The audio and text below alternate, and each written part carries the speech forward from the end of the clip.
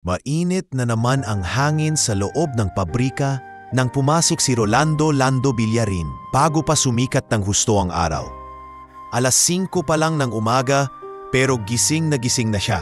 May hawak na lumang thermos ng kape at bitbit ang baon niyang kanin na may tuyo, nakabalot sa plastik. Nakasabit sa balikat niya ang kupas na tuwalya. Laging kasama sa bawat araw na puno ng pawis at linis. Uy, si Kuya Lando, maaga na naman biro ng garde na si Mang Temyong habang binubuksan ang gate ng lumang pabrika ng plastik. Baka mauna ka pa sa mga daga sa loob. Ngumiti lang si Lando. Para may panahon pa ako magdasal bago dumating ang mga boss, Mang Tem, sagot niya, sabay abot ng simpleng ngiti. Pagpasok niya sa loob, sinalubong siya ng amoy ng mantika, plastik at alikabok. Tahimik pa ang buong planta. Tanging inggit lang ng ilang lumang makina ang maririnig. Diretso siya sa maliit na janitor's room kung saan nakasabit ang lumang uniforme niyang kulay asul na may kupas na logo ng kumpanya. Inayos niya ang kwelyo sa harap ng basag na salamin, saka huminga ng malalim. Kaya natin to, Lando, bulong niya sa sarili. Para kay nanay, paglabas niya, dala na niya ang walis tambo, mop at timba. Sinimulan niya sa main hallway. Pinupunasan ang bawat sulok. Sinisigurong pagdating ng mga empleyado mamaya ay malinis na ang sahig. Parang hindi na pagdaanan ng isang magdamagang shift. Hoy Kuya Lando, tawag ni Melchor. Isa ring utility worker pero mas bata sa kanya habang papasok kasama si Dags. Nag-overtime ka na naman ba kagabi? O dito ka na natulog sa bodega? Tumawa si Dags. Baka dito na yan tumira. Libre kuryente, libre aircon. Umismit si Melchor. Nagkatinginan silang dalawa na parang may alam sa buhay ni Lando. Hindi sumagot si Lando. Ngiting aso lang ang isinagot niya. Sabay tuloy sa pagpunas ng sahig. Nasanay na siya sa mga biro nila. Minsan may halong pangaalipusta. Minsan simpleng patawa lang para may mapag-usapan. Pero sa kanya, pare-pareho lang. Hindi dapat patulan. Umaga pa lang, ganyan na kayo? Sabat ni Aling Sofronia, ang kusinera sa kantina, habang may dalang tray ng mga baso. Pag kayo nadulas dito sa sahig ni Lando, huwag kayong iiyak-iyak ha? Uy, Aling Sophie, kakampi ni Kuya Lando tukso ni Dubs. Pero umalis na rin sila ni Melchor, papunta sa locker area. Nang magbukas ang kantina, saglit na tumigil sa pagwawalis si Lando at sumilip. Aling Sofronia, pwede po bang makihingi ng konting mainit na tubig? Ihahalo ko lang sa kape ko. Sus, ikaw talaga, ngiti ni Aling Sofronia. Dito ka na, ako na bahala. Tinimplahan siya nito ng kape sa basong plastik at nilagyan pa ng kaunting asukal. Paglingon ni Lando, napansin niyang may nilagay pa itong isa pang mangkok na may sabaw ng tinulang manok. Aling Sophie, bayad ko na lang mamaya, Koy. Singit ng matanda, tinitigan siya. Hindi lahat ng bagay kailangang bayaran. Alam ko namang itatabi mo yan para kay Aling Amparo mamaya, no? Saka mo na lang ako ilibre pag naging manager ka na. Napatawa si Lando, kahit alam niyang biro lang yon. Ay, malabo po yun. Janitor lang naman ako. Umiling si Aling Sofronia. Hindi lang, Lando. Malinis ang konsensya mo at malinis ang pabrika. Mas maraming may pera pero madumi ang loob. Sige na, bago pa magising ang mga amo mo. Kinagabihan, matapos ang maghapong linis, dala ni Lando ang maliit na plastik na may kanin, konting ulam at sabaw na ibinigay ni Aling Sofronia. Lalakad sana siya pauwi, mga 30 minutong lakaran, mula pabrika hanggang sa barong-barong nila sa gilid ng riles. Sa daan, nadaanan niya ang tulay na lagi niyang dinaraanan. Sa ilalim nito, dumadaloy ang mabahong estero. Sa tabi ng tulay, may mga kartong nakapatong, sira-sirang trapal at ilang aninong gumagalaw. Sanay na siya sa eksenang iyon, mga batang palaboy na nagkukumpol, naghihintay ng pagkakataong may magtapon ng tira-tirang pagkain. May isa pa nga, si Boy Pilo na madalas magbenta ng sampagita sa crossing. Minsan binibigyan niya ito ng barya. Kuya Lando, sigaw ni Boy Pilo nang mamataan siya. May dagdag akong sampagita, gusto mo? Naku, wala na akong extra Pilo. Sagot ni Lando na pakamot sa ulo. Pero pag natanggap ko yung sweldo ko sa Sabado, bili ako sa'yo ha. Okay lang kuya, masayang sagot ng bata. Ingat ka pa uwi. Sandali pang napatingin si Lando sa ibabang bahagi ng tulay. May ilang aninong nakahandusay sa gilid ng kanal. Tinatakpan ang sarili ng karton. Hindi niya makita ng malinaw ang muka. Pero ramdam niya ang kilalang kabigat sa dibdib tuwing nakikita niya ang ganong tanawin. Kung tutulong ako ngayon, ano pa ang maibibigay ko? Bulong niya sa sarili. Si nanay nga, hirap na ako, buhusan ng ginhawa. Pagdating sa barong-barong, sinalubong siya ng mahinang ubo ni Amparo. Nasa papag ito, nakasandal sa pader na gawa sa pinagtagpi-tagping plywood. May maliit na electric fan na halos ayaw nang umikot. Lando, anak, ikaw na ba yan? Mahina nitong tanong. Opo, Nay, ako po ito. Sagot niya, mabilis na inilapag ang mga dala. May sabaw po ako para sa inyo. Galing kay Aling Sofronia. Mainit pa to. Dahan-dahan niyang sinandalan ang ina, saka iniaabot ang mangkok. Nanginginig ang kamay ni Amparo, pero pilit itong ngumiti. Salamat anak, anito. Nakakahiya na sayo. Puro ako sakit, ikaw ang puro trabaho. Huwag niyo pong sabihin yan, Nay. Mariing sagot ni Lando. Kung hindi dahil sa inyo wala ako ngayon. Tsaka, bahagya siyang tumigil, saka tumingin sa maliit na altar sa sulok kung saan nakapatong ang isang lumang imahen ng Nazareno. Hindi kasalanan ng mahirap, Nay. Kasalanan kung titigil tayong gumawa ng mabuti. Napatingin si Amparo sa kanya, may bakas ng pagmamataas sa anak. Saan mo naman napulot yang kasabihang yan? Kay Father Leandro po dati, nung sakristan pa ako. Hindi ko nakalimutan. Sagot ni Lando, sabay upo sa maliit na bangko. Kaya kahit janitor lang po ako, okay na sa akin. Basta hindi ako nagnanakaw, hindi ako nananakit. Habang kumakain sila, rinig ang tunog ng rumaragasang tren sa riles, ang murmur ng mga kapitbahay na nag-aaway dahil sa tubig, at mga sigaw ng mga batang naglalaro pa kahit gabi na. Dito lumaki si Lando sa mundo ng ingay, usok at kakapusan, pero hindi humihinto ang pag-ikot ng mundo at hindi rin siya tumigil umasa. Ipagdasal mo ko lagi, Nay, ha? Mahinang sabi ni Lando habang inaayos ang kumot ng ina. Araw-araw, anak, sagot ni Amparo, napapikit na. Ipanalangin mo rin, balang araw may tumulong din sa'yo. Pagkahiga ni Lando sa manipis na kutson sa sahig, nakatingala siya sa bubong na may butas. Tanaw ang ilang bituin sa pagitan ng yero. Sa isip niya, pumalik ang imahe ng mga batang natutulog sa tabi ng kanal. Ang amoy ng estero, ang lamig ng hangin sa ilalim ng tulay. Panginoon, bulong niya, kung papipiliin niyo po ako, sana. Kahit mahirap kami, huwag niyo pong hayaan na maging bato ang puso ko. Kahit kaunti lang, bigyan niyo po ako ng lakas na tumulong sa iba. Hindi niya alam na ang simpleng panalangin iyon, sa isang gabing karaniwan lang sa kanya, ang magiging paunang sagot sa isang kwentong magbabago hindi lang sa buhay niya, kundi sa buhay ng 3 batang hindi pa niya kilala. Mga batang sa ngayon ay isa lang sa maraming aninong natutulog sa gilid ng kanal, naghihintay na may mapadaan na hindi magbubulag-bulagan. Lumipas ang ilang araw mula ng gabing nagdasal si Lando sa ilalim ng butas-butas na bubong.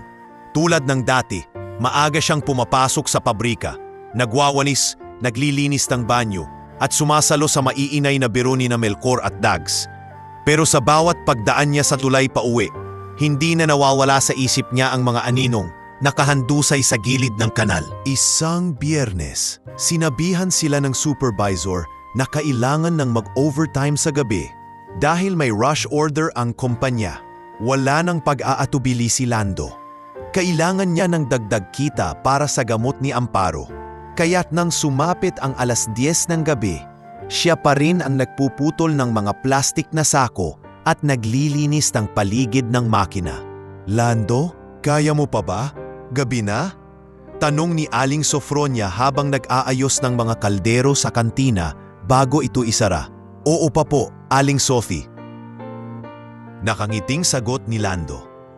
Mas mabuti na tong pagod kaysa wala akong pambili ng gamot ni nanay. Hay nako anak, buntong hininga ni Aling Sofronia. Pag natapos ka, umuwi ka na diretsyo, ha? Huwag ka nang tatambay kung saan-saan. Delikado sa labas pag ganitong oras. Opo, sagot niya kahit alam niyang palagi siyang dumadaan sa tulay kahit gabi na. Pagkatapos ng overtime, halos alas 12 na nang lumabas si Lando sa pabrika. Basang-basa ang kalsada, kakahinto lang ng malakas na ulan. Ang mga ilaw sa poste ay nagbubuga ng dilaw na liwanag na tila kumikislap sa mga bahabahang lubak. Binuksan niya ang lumang payong kahit may butas na at nagsimulang maglakad pauwi. Paglapit niya sa pamilyar na tulay, agad niyang naamoy ang malansang hangin ng estero. Pero may kakauba siyang narinig. Hindi lang tunog ng tumutulong tubig, kundi mahinang hikbi, parang pinipigilang iyak. Napahinto siya, parang umiiyak, bulong niya sa sarili. Tumitingin sa paligid. Walang tao sa ibabaw ng tulay. Tahimik ang kalsada. Ngunit sa gilid, malapit sa poste ng ilaw, may halos hindi nakikitang butas na tinatakpa ng sira-sirang plywood at karton. Doon nanggagaling ang ingay. May tao ba dyan? Maingat na tawag ni Lando. Walang sumagot, tanging mahinang hikbi lang ang naririnig niya. Dahan-dahan niyang inangat ang isang karton, saka tumukod sa malamig na semento. Nang sumilip siya sa ilalim, para bang biglang sumikip ang dibdib niya sa nakita. 3 bata ang magkakadikit, parang mga sisiw na nagkukumpulan sa lamig. Ang panganay, isang payat na dalagitang marumi ang damit at buhok na dikit-dikit sa putik. Niyayakap niya ang 2 mas bata. Isang batang lalaki na nanginginig at isang maliit na batang babae na nakasiksik sa kanyang dibdib. Hawak ang punit na manika. "Kuya, huwag po!" Mahinang sabi ng dalagita, parang sanay sa takot. "Wala po kaming kinukuha. Huwag niyo po kaming palayasin." Napakurap si Lando. Hindi ako pulis," sagot niya. Nanginginig din ang boses. "Ako si Lando. Janitor lang ako sa pabrika. Hindi ko kayo palalayasin." Kahit madilim, sa liwanag ng poste ay nakita niyang namumugto ang mga mata ng dalagita. "Ako po si Risa May. Pakilala nito, Paos. Ito po si Miko. Tsaka si Lalaine." Bahagyang inangat ng batang lalaki ang mukha, kita ang mga tuyong luha at mantsa ng dumi sa pisngi. "Kuya, ang lamig," sabi nito, nanginginig ang ngipin. "Gaano na kayo katagal dito?" tanong ni Lando, ramdamang bigat ng bawat salitang lumalabas sa bibig niya. "Matagal na po," sagot ni Risa, tumingin kay Miko at Lalaine. "Simula po nung umalis kami sa bahay ni Tito Norbin." Napakunot ang noo ni Lando. "Bakit kayo umalis?" Saglit na natahimik ang dalagita. Saka dahan-dahang itinuro ang mga pasa sa braso niya. Lantad kahit sa maruming ilaw. Sinusuntok niya po si Miko pag nagugutom kami. Sinisipa niya ako pag humihingi ako ng pagkain. Si Lalaine naman, ikinukulong niya sa banyo pag umiiyak. Napakuyom ng kamao. "Namatay po sa sunog nung maliit pa si Lalaine. Dinala po kami ni Tito Norbin. Sabi niya aalagaan niya kami. Pero napayuko siya. Mas mahal pa po niya ang alak kesa sa amin." Narinig ni Lando ang mahina ngunit matatag na boses ni Risa. "Kaya po kami tumakas. Isang gabi, lasing na lasing siya. Hinabol niya kami ng sinturon. Tumakbo kami sa kalsada. Ayaw naming bumalik. Dito kami nagtago. Baka makalimutan niya na po kami." Humigpit ang hawak ni Lando sa karton. Sa isang iglap, bumalik sa alaala niya ang mukha ni Amparo. Mahina pero puno ng pag-aalala sa kanya. Kailanman hindi siya sinaktan. Saka sumunod ang imahe ng mga batang ito, nakabaligtaran ng pag-aaruga at pagmamahal na naranasan niya. "Teka lang," sabi niya, pilit pinapakalma ang boses. "Kumain na ba kayo?" Umiling si Risa. "May dalatang sardinas po kami." Itinuro niya ang isang lata sa gilid, wala pang bukas. "Pero wala po kaming pambukas at wala rin pong kanin." Napatingala si Lando. Ramdam niya ang bahagyang ambon na muling bumabagsak. Nakasuot lang ang mga bata ng maninipis na damit. Basa pa ang laylayan. Kung iiwan niya sila dito, baka hindi na nila kayanin ang lamig. "Anong gagawin ko, Panginoon?" Tahimik niyang usal sa isip. Si nanay, naghihintay sa akin. Pero itong mga batang to, parang may humaplos sa konsensya niya. Naalala niya ang sinabi ni Father Leandro noon. Kapag kaya mong tumulong at umiwas ka, mas mabigat yun kaysa sa hindi ka tumulong dahil wala ka talagang magawa. Huminga siya ng malalim. "Makinig kayo ha," sabi ni Lando. "Lumuhod ng mas maayos para maabot sila." "Wala akong masyadong pera. Barong-barong lang bahay namin. May nanay pa akong may sakit na naghihintay sa akin. Pero Hindi ko kayong kayang iwan dito. Nagtama ang mga mata nilang tatlo. Si Lalaine, na kanina patahimik, dahan-dahang nagsalita. Kuya, hindi niyo po kami ibabalik kay Tito? Hindi, mariing sagot ni Lando. Hindi ko ngayon ibabalik sa taong nananakit sa inyo. Kuya, saan po kami pupunta? Tanong ni Miko, punong-puno ng takot at pag-asa ang mga mata.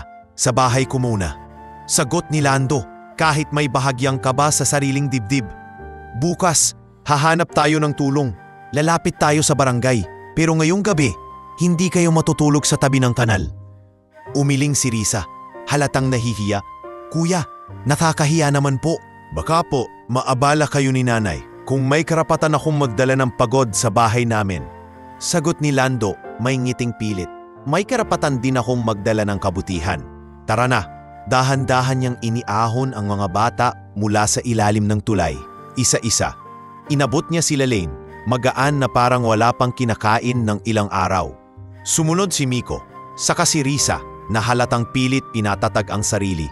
Pag-ahon nila sa kalsada, malakas na ang ambon. Hindi sapat ang payong ni Lando para sa kanilang lahat. Napatingin siya sa dulo ng kalye kung saan may nakaparadang ilang pedicab. Sa kabutihang palad, may natira pang isa, ang kay Mang Orbit, kapitbahay nilang pedicab driver, na kadalasan ay ginagawang panangga sa ulan. Ang pedicab niya. Orbit, sigaw ni Lando habang pumakaripas ng lakad. Orbit, gising ka pa ba? May gumalaw sa loob ng pedicab. Ilang segundo lang, sumilip ang kulot at antok na mukha ni Mang Orbit. Sino ba to? Ay, Lando! Anong oras na? Alauna na yata. Napano ka? Pre, tulong naman. Hingal ni Lando, itinuro ang 3 batang nakatayo sa likod niya. Kailangan ko silang maiuwi, hindi na pwedeng doon sa ilalim ng tulay matulog. Napatingin si Mang Orbit sa mga bata, basang-basa, nanginginig, halatang gutom. Hindi na ito nagtanong pa ng marami. Sige na, sakay na kayo. Bukas na lang ako magtanong. Paandar ko na to. Binuksan ni Lando ang kurtina ng pedicab. Inalalayan sina Risa, Miko at Lalaine na sumakay. Nang may sakay na niya ang 3, saka siya umupo sa gilid, kahit halos wala ng espasyo. Habang umaandar ang pedicab sa madulas na kalsada, natasilip sina Miko at Lalaine sa maliit na bintana. Pinagmamasdan ang lumalayo nilang taguan sa ilalim ng tulay. Si Risa naman, tahimik na nagdarasal. Sa loob ng maliit at maingay na pedicab, tahimik na nagtanong si Lando sa sarili. Kaya ko ba to? Pero sa bawat tingin niya sa 3 muka, alam niyang huli na para umatras. May pagkakataon siyang hindi magbulag-bulagan at pinili niyang tumingin. Kinabukasan, maaga pa ring nagising si Lando. Pero kahit pinipilit niyang ituon ang isip sa trabaho, hindi mawala sa utak niya ang mga aninong nakita niya kagabi sa tabi ng kanal. Habang nagbubuhos siya ng tubig sa timba, parang naririnig niya pa rin ang mahihinang ingay sa ilalim ng tulay. Hindi lang kaluskos ng daga, kundi parang hikbi ng mga batang nagpipigil ng iyak. Lando, anong problema? Parang lutang ka ngayon ah. Puna ni Mang Temyong nang magpirma siya sa logbook. Wala naman po, Mang Tem. Pilit ng ngiti ni Lando. Medyo kulang lang sa tulog. Pero totoo, hindi siya nakatulog ng mahimbing. Sa bawat pagpikit niya, naaalala niya ang payat na braso ng batang nakaakap sa karton, ang paang walang tsinelas na nakausli sa gilid ng trapal. Habang nagwawalis siya sa hallway, lumapit si Melchor, dala ang kape nitong nakalagay sa paper cup. Kuya Lando, balita ko raw, papalitan na yung ibang makina. Baka pati tayo, mapalitan na rin ng robot. Robot na nagwawalis? Nakangiting balik ni Lando, pilit na nakikisakay. Lako, baka tagalitan yan. Hindi marunong makisama sa kusinera. Nakihalakak si Melchor, pero si Lando agad ding bumalik sa tahimik na pagtatrabaho. Sa bawat hagod ng walis sa sahig, pakiramdam niya para siyang kinukurot ng konsensya. Ilang beses na ba siyang dumaan sa tulay na iyon, walang ginagawa habang may mga batang nagkukubli sa dilim. Sa tanghalian, unipo siya sa sulok ng kantina, bit-bit ang baon na kanin at pritong talong. Lumapit si Aling Sopronia, may dala na namang dagdag na sabaw.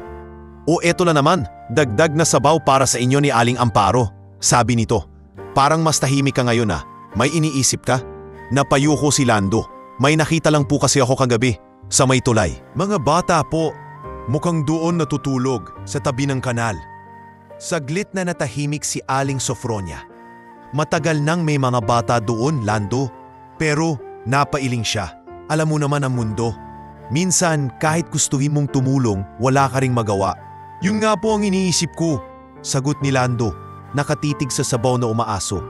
Kung wala rin naman akong maibibigay, anong silbi ng pakikialam ko? Tinitigan siya ni Aling Sofronia. Minsan hindi pera ang kailangan ng tao. Minsan, lakas lang ng loob ng isang taong handang magsabi, hindi tama to, pero ikaw na bahala, Lando.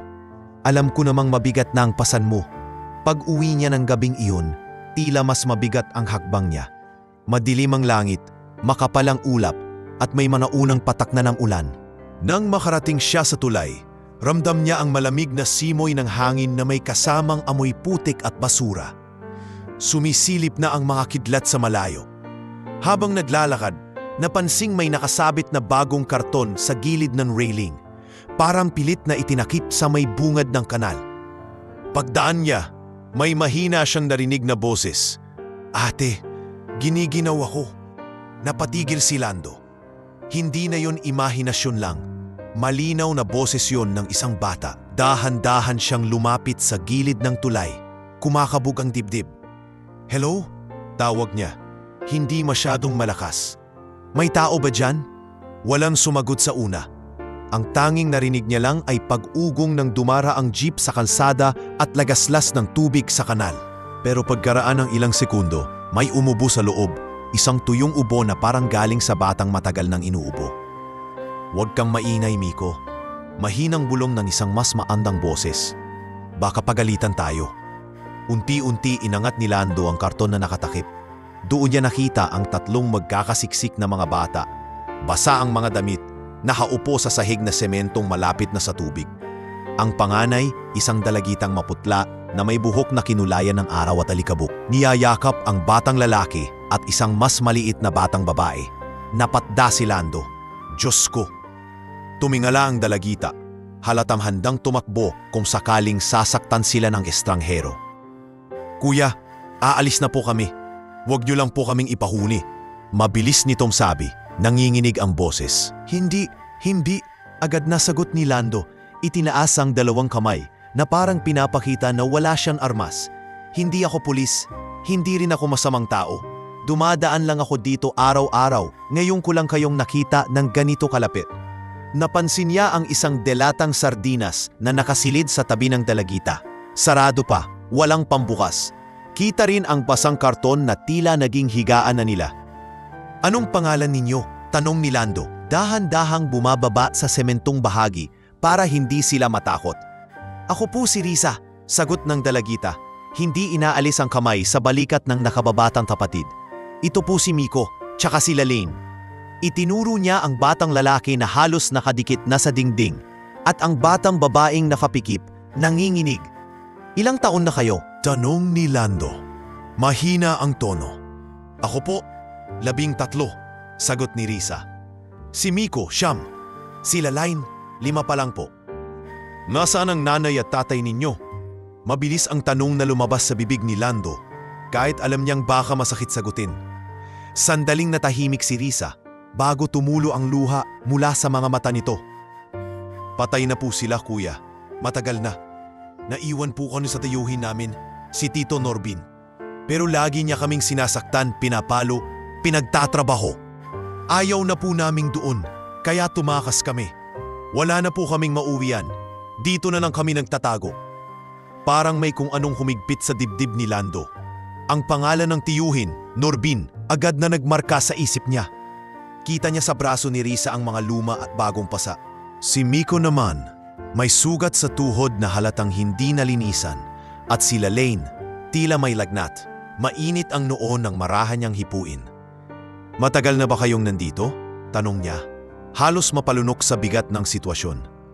Mga ilang buwan na po, sagot ni Risa. Minsan po, binibigyan kami ni Boy Pilo ng tinapay, yung nagbebenta ng sampagita. Minsan po, dumadaan ang mga tao, titingin lang, tapos lalakad na. Sumagi sa isip ni Lando ang sariling muka na ilang beses na ring dumaan dito, tumingin at naglakad lang palayo.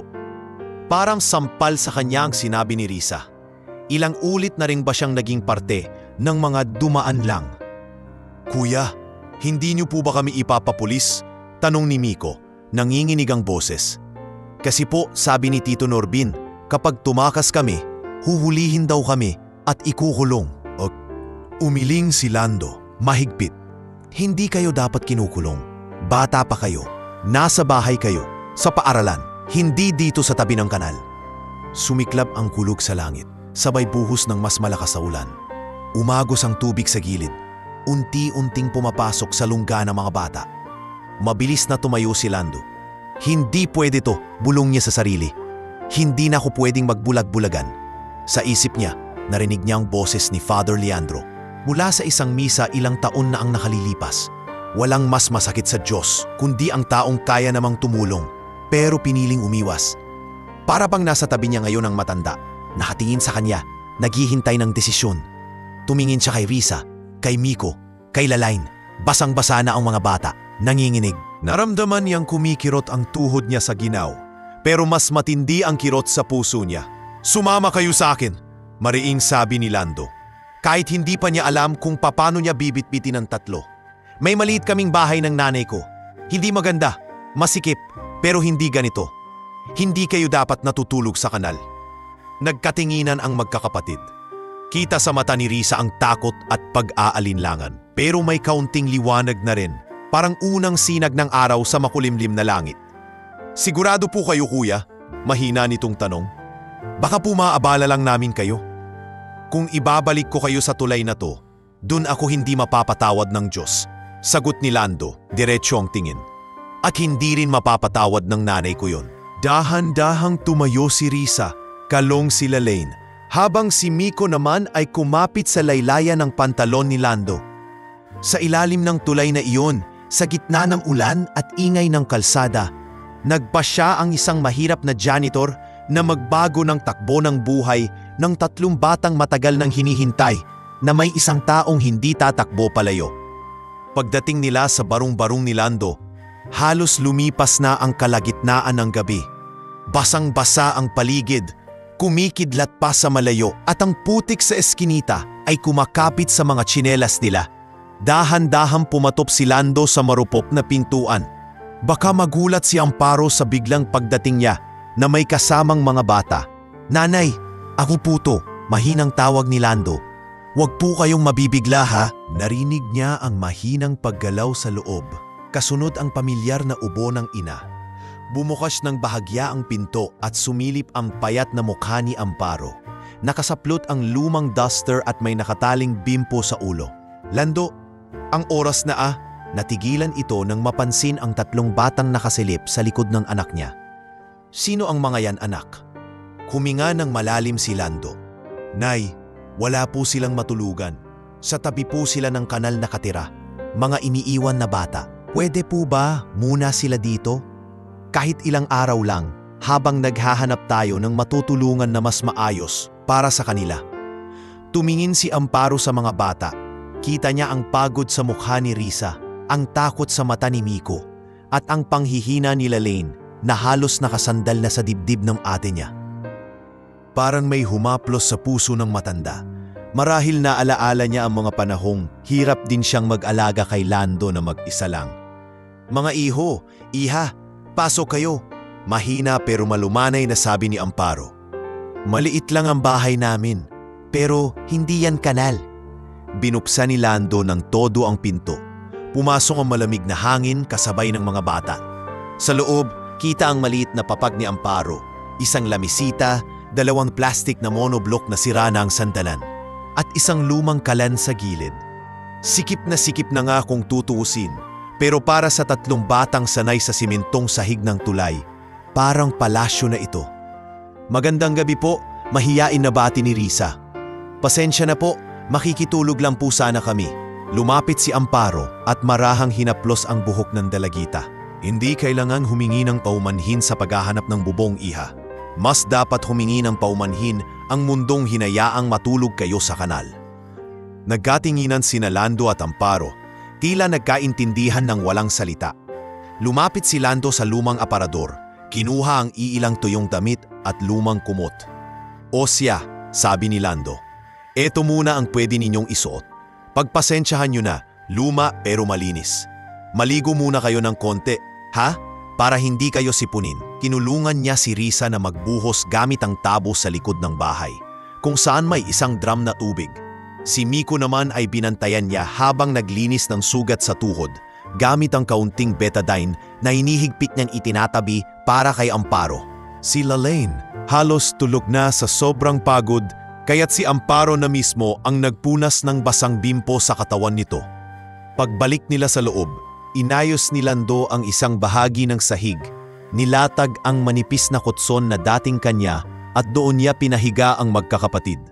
Siya na ang tumabi sa pinto, sa malamig at matigas na sahig. "Kuya," mahinang sabi ni Miko bago pumikit. "Salamat ha." "Wala yon," sagot ni Lando, nakatingala sa bubong na butas-butas. "Matulog kayo bukas. Maghahanap tayo ng tulong para sa inyo." Kinabukasan, maaga pa lang nagising si Lando. Tahimik pa ang mga bata, magkatadikit na parang sisiw sa isang pugad. Si Amparo naman ay nakaupo na, nag-aayos ng maliit na kaldero. "Anong plano mo, Lando?" tanong ng ina. Hindi nakakaalis ang tingin sa natutulog na mga bata. "Kailangan ko po sigurong lumapit sa barangay, Nay," sagot ni Lando habang isinusuksok ang kamiseta sa pantalon. "Hindi naman pwedeng dito na lang sila habang buhay. Wala tayong sapat, pero kahit papaano, hindi sila babalik kay Norbin. Kailangan ba'y lapit sila sa mga taong may alam at may kapangyarihan?" "Kapitan Remigio?" tanong ni Amparo. "Tsaka yung social worker na minsang pumunta dito noon?" "Opo, si Ma'am Clarice," sagot ni Lando. "Kahit kinakabahan ako, susubukan ko. Ang importante, hindi sila mapapabalik sa kamay ng taong nananakit sa kanila." Bago siya lumabas, dumaan pa muna siya sa sari-sari store. Doon, nadatnan niya si Aling Bebang na nag-aayos ng mga paninda. "Oh Lando, ang aga mo na naman," bati nito. "Parang naubusan ka na ng tulog sa payat mo ah. Anong bibilhin mo?" "Aling Bebang, pa?" Saglit siyang tumigil, nagbilang ng barya sa bulsa. 1 kilo pong bigas, tsaka kalahating dosenang itlog. Napataas ang kilay ni Aling Bebang. "Aba, bongga ah. Dati kalahating kilo lang ng bigas ang kinukuha mo. May bonus ka ba?" Mumiti si Lando, nahihiya. "May, bisita po kasi, mga bata. Kailangan may makain sila." Natigilan si Aling Bebang, tumingin sa kanya na may halong pagtataka at paghanga. Kung sino man niya mga batang yan. "Swerte sa kanila na ikaw ang nakasalubong nila," sabi nito, sabay dagdag ng 2 sachet ng kape sa supot. "Libre na yan, para naman hindi mo makalimutan ang sarili mong kape." Pag-uwi, nadatnan niyang gising na si Risa, tahimik na nakaupo sa gilid ng papag, tila nahihiya pa ring gumalaw. "Kuya Lando, pwede na po kaming umalis kung istorbo kami," mahina nitong sabi. "Ayaw po namin na kayo pa nahihirapan." "Hindi kayo istorbo," mariing sagot ni Lando. Inilapag ang supot ng bigas at itlog. "Pero hindi rin pwede na parang wala lang to. Kailangan nating gawin yung tama." Habang nagsasaing, pinagmasdan niya ang mga bata. Napansin niya ang mga luma at bagong pasa sa braso ni Risa, ang maliit na latay sa leeg ni Miko, at ang malalim na eye bags ni Lalaine kahit bata pa. Lalong tumibay ang desisyon niya. Matapos mag-almusal, iniwan ni Lando ang mga bata kay Amparo at naglakad papuntang barangay hall. Sa loob, abala ang mga tao. May nag-aayos ng papeles, may nagrereklamo tungkol sa kapitbahay, may nagbabayad ng barangay clearance. "Lando!" tawag ni Kapitan Remigio na nakaupo sa likod ng mesang may hawak na tasa ng kape. "Anong atin?" Lumapit si Lando, halatang kabado pero matatag ang tingin. "Kap, may kailangan po akong i-report. May 30 batang galing sa ilalim ng tulay, sa may estero. Inuwi ko po kagabi. Inaabuso po raw ng tiyuhin nila. Hindi po ako mapapalagay kung hindi ko sasabihin sa inyo." Napangiti si Kapitan sa una. Akala'y simpleng kwento lang. Pero nang marinig ang salitang inaabuso, agad na nagbago ang seryosong ekspresyon nito. Kumaway siya sa sekretarya. "Patawag si Ma'am Clarice," utos ni Kapitan. "Sabihin mong may urgent na kaso ng mga minor de edad." Kalahating oras lang ang lumipas, dumating ang social worker na si Ma'am Clarice Tadeo. Nakapantalon at simpleng blouse, may dalang folder at ballpen. "Good morning, Kap. Ano pong kaso?" tanong niya. "Itong si Lando," turo ni Kapitan. "May dinalang balita tungkol sa 3 batang tinutuluyan sa ilalim ng tulay. Ikaw na ang kausapin, Clarice. Alam mong mas kabisado mo yan. Umupo si Lando sa harap ni Ma'am Clarice at doon niya buong puso na ikinwento ang lahat kung paano niya nakita ang mga bata. Ang kwento tungkol kay Norbin, ang mga pasa sa katawan, at ang gabing nagpasya siyang iuwi sila. Minsan sumisingit si Ma'am Clarice ng tanong, "Sigurado ka ba sa pangalan ng tiyuhin? May iba pa bang nakakita sa mga bata doon? May mga kapitbahay ba kayong matatawag na saksi?" "Pwede po siguro si Mang Orbit," sagot ni Lando. "At si Boy Pilo, yung batang nagbebenta ng sampagita. Minsan daw, binibigyan siya ng tinapay para sa kanila." Tumango si Ma'am Clarice, halatang nag-iipon ng impormasyon. Noong una, may bahagyang pag-aalinlangan sa mukha niya. Sanay na kasi siya sa mga kasong may magulo o kulang ang detalye.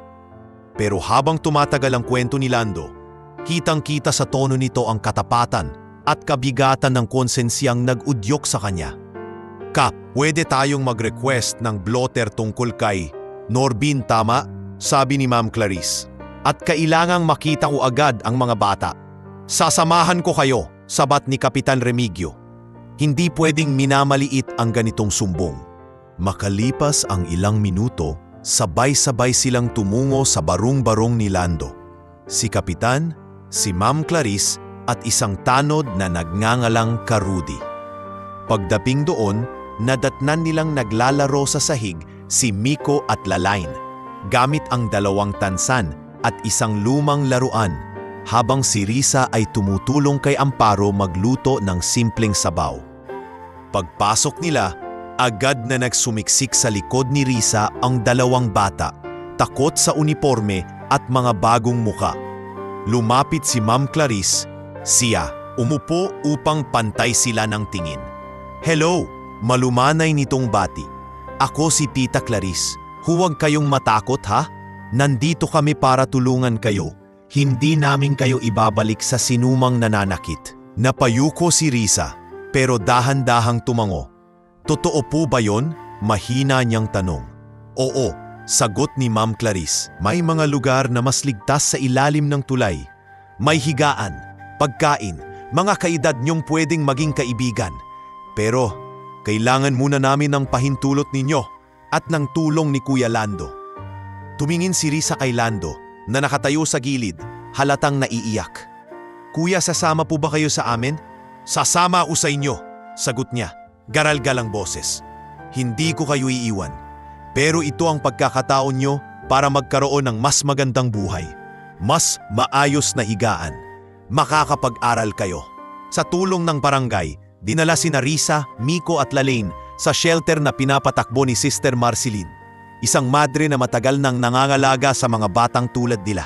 Habang bumibiyahe sa loob ng multicab, nakasilip sa bintana si Lalain, pinagmamasdan ang unti-unting paglayo ng tulay na minsan ay naging mundo nila. Sa pagdating sa shelter, sinalubong sila ng mababang pakod, maniit na kapilya at mga batang naglalaro sa liit na palaruan. May mga higaan, maayos na paliguan at kusinang amoy kanin, hindi kanal. Habang inaasikaso ni Ma'am Clarice ang mga papeles, lumapit si Sister Marceline kay Lando. "Salamat sa iyo, iho." Anito, hawak ang rosaryo sa isang kamay. "Hindi lahat ng dumadaan sa tulay na yon tumitigil. Ikaw tumigil ka at pinili mong tumulong." Napatingin si Lando sa 3 bata ngayon ay inaabot ng hot pandesal ng ibang staff. Ramdam niya ang bigat sa dibdib. Hindi dahil sa pagsisisi, kundi dahil sa panibagong kapalit ng desisyon niya. Hindi na sila matutulog sa bahay nila ni nanay.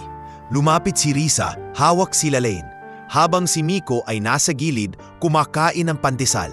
"Kuya Lando," tawag ni Risa, "dito na po ba kami titira?" "Oo," sagot niya, pilit numingiti. "Mas maganda rito, mas ligtas. May mga teacher, may mga bantay. Mas makakapag-aral kayo." "Pwede po ba kayong bumisita?" tanong ni Miko. Tila natatakot na hindi na niya makikita si Lando. "Tuwing day off ko," pangako ni Lando, "bibigyan ko kayo ng pandesal, tsokolate at balita tungkol kay nanay. Ako na ang magiging tatay Lando ninyo kung okay lang sa inyo." Napaluha si Risa, tumango at niyakap si Lando ng mahigpit. Sumunod si Miko at Lalaine. Kumapit sa laylayan ng kanyang damit, parang ayaw bumitaw. Sa yakap na iyon, alam ni Lando na hindi na siya simpleng janitor lang na naglilinis ng sahig sa pabrika.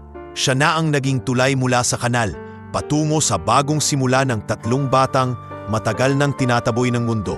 At sa kabila ng sakit ng paghiwalay, umayag siyang maging Tatay Lando mula sa malayo, isang pangakong hindi niya balak sukuan. Mabilis ang lumipas na mga buwan matapos mailipat sina Risa, Miko at Lalaine sa shelter ni Sister Marceline.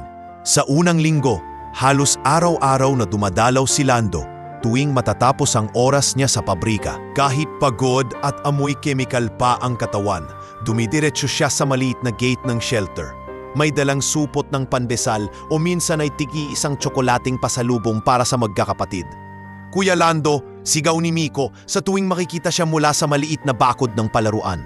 Tumatakbo papalapit habang nakataas ang 2 kamay. Sumusunod si Lalaine. Hawak pa rin ang luma niyang manika, pero ngayon ay nalabhan na at hindi na amoy kanal.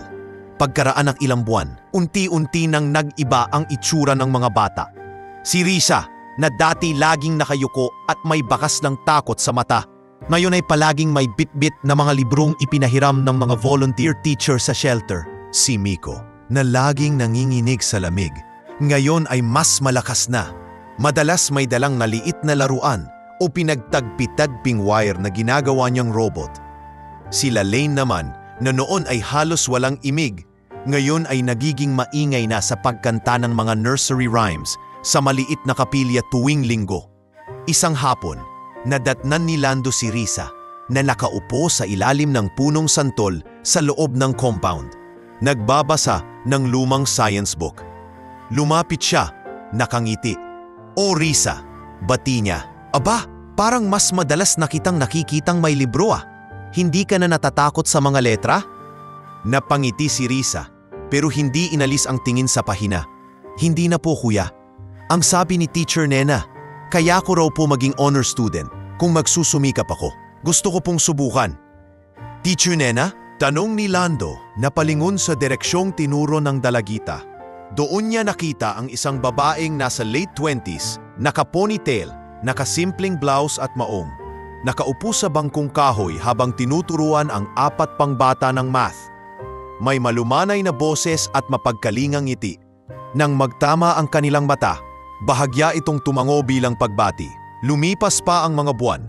Naging mas masinsin ang iskediul ni Lando, sa umaga hanggang hapon sa pabrika, tapos tuwing gabi. Nagsisimula siyang magtrabaho bilang tagalinis sa isang maliit na internet cafe sa kanto na pag-aari ni Kuya Vance. Doon, siya ang nagwawalis ng sahig, naglilinis ng keyboards, at minsan ay tumutulong magbantay kung kailangan. "Lando, sigurado ka ba sa ginagawa mo?" tanong ni Kuya Vance isang gabi habang nagbibilang ng kita. "Parang sobra ka na sa trabaho. Baka bumigay ka niyan." "Okay lang po," sagot ni Lando. Pinipiga ang basang-basahan. "Mas mabuti na to kaysa wala akong maibigay, na kahit konting extra para kina Risa.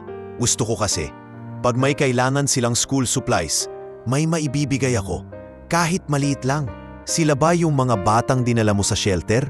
tanong ni Kuya Vance. "Yung galing sa ilalim ng tulay?" "Opo," sagot ni Lando. May konting kislap sa mata. "Sila po yun." Tuwing day off niya, bit-bit ang kaunting naipon. Bumibili siya ng papel, lapis at minsan mumurahing notebook na may makukulay na cartoon sa cover. Binabalot niya yon sa dyaryo, parang regalo, bago pumunta sa shelter. Isang linggo, nadatnan niyang nagpi-practice kumanta si Lalaine kasama ang ilang bata sa maliit na kapilya. Si Sister Marceline ang tumutugtog ng gitara, habang si Lalaine ay buong lakas na umaawit, kahit minsan wala sa tono. Nangaupo sa hulihan si Miko, may hawak na laruan niyang robot-robotan, at minsan ay tumutugtog ng improvised na tambol gamit ang lumang lata. Nag-level up na ang choir namin, Lando. Biro ni Sister Marceline nang lumapit siya. Si Lalaine, hindi na iaiyak lang. Isa na siya sa pinakamalakas ang boses. "Kuya Lando!" sigaw ni Lalaine, sabay takbo papalapit. "Narinig mo po ko? Ang sabi po ni Sister, Maganda na raw po boses ko kahit minsan sintunado. Totoo yun. Natatawang sagot ni Lando. Lumuhod para maabot ang bata. Hanggang may konsyerto kayo, bibili ako ng tiket kahit ako lang manonood. Sa pagdaan ng mga taon, naging mas abala rin si Risa sa pag-aaral. Tuwing bibisita si Lando, may dala na tong card na puno ng marka. Tingnan niyo po kuya, sabik na sabi ni Risa 1 peses, iniaabot ang report card. May line of 9 na po ako sa math at science. Napanganga si Lando, halos hindi makapaniwala. Nako, baka mas magaling ka na sa akin. Ako nga, nahihilo na sa plus at minus noon pa. Hindi po mangyayari yun, kuya. Ngiti ni Risa.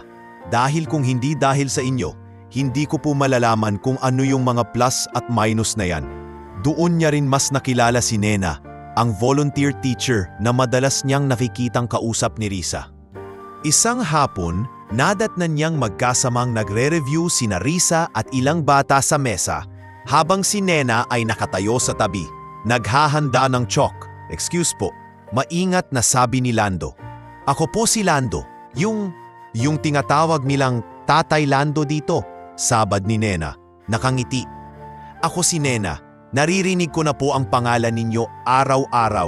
Halos lahat ng magandang kwento ng mga bata, may Kuya Lando o Tatay Lando sa simula. Namula si Lando, napakamot sa batok, sobra naman po sila. Wala naman po akong ginawa, may ginawa ayo, putol ni Nena. Seryoso ang tingin. Pinili niyo po sila. Sa dami ng taong dumaan sa tulay, kayo yung tumigil. Hindi lahat may lakas ng loob na gawin yon. Hindi po biro yon. Simula noon, tuwing bibisita si Lando, minsan ay sabay silang naglalakad ni Nena sa maliit na hardin ng shelter habang nagpukwentuhan. Nakikinig siya sa kwento ng dalaga tungkol sa mga pangarap nitong magtayo ng mas maraming libreng tutorial center para sa mga batang mahihirap. Siya naman, ikinukwento ang buhay niya sa pabrika, kay Amparo, at kung paano siya natutong kumapit sa mabubuting salita ng mga pari at nanay niya. Isang araw, may dinalang masamang balita si Ka Rudy, ang tanod, nang mapadaan ito sa shelter habang naroon si Lando. Lando, tawag niya. Seryoso ang muka. May balita ako tungkol kay Norbin. Nanlamig ang leeg ni Lando sa narinig na pangalan. Agad na napalingon si Risa na noon ay nagwawali sa may gilid ng kusina at alam niyang narinig din ito. Bakit o, Ka Rudy? Tanong ni Lando. Nahuli na siya, sagot ni Ka Rudy. Hindi lang dahil sa reklamo tungkol sa mga bata. May iba pa palang kaso, pang-aabuso, pagnanakaw at kung ano-ano pa. May witness din na nagsabing may pinapalo siyang mga bata dati. Matagal-tagal siyang makukulong. Napayuko si Risa, nanginginig ang labi. Lumapit si Lando, marahang hinawakan ang balikat nito. Ligtas na kayo, mahinang sabi niya. Hindi na kayo mauuwi sa kanya. Hindi na kayo matatakot tuwing may lalaking lasing sa kanto. Tumulo ang luha ni Risa, pero ngayon, hindi na iyon luha ng takot. Luha iyon ng pag-ahon mula sa bangungot. Si Miko na tahimik na nakikinig ay mahigpit na hinawakan ang kamay ni Lalaine. Kinagabihan, nagtipon-tipon sila sa maliit na kapilya. Habang nagdadasal, napansin ni Lando na iba na ang itsura ng mga batang minsan ay sabit lang sa ilalim ng tulay. May bigat pa rin sa puso, pero may liwanag na sa mga mata.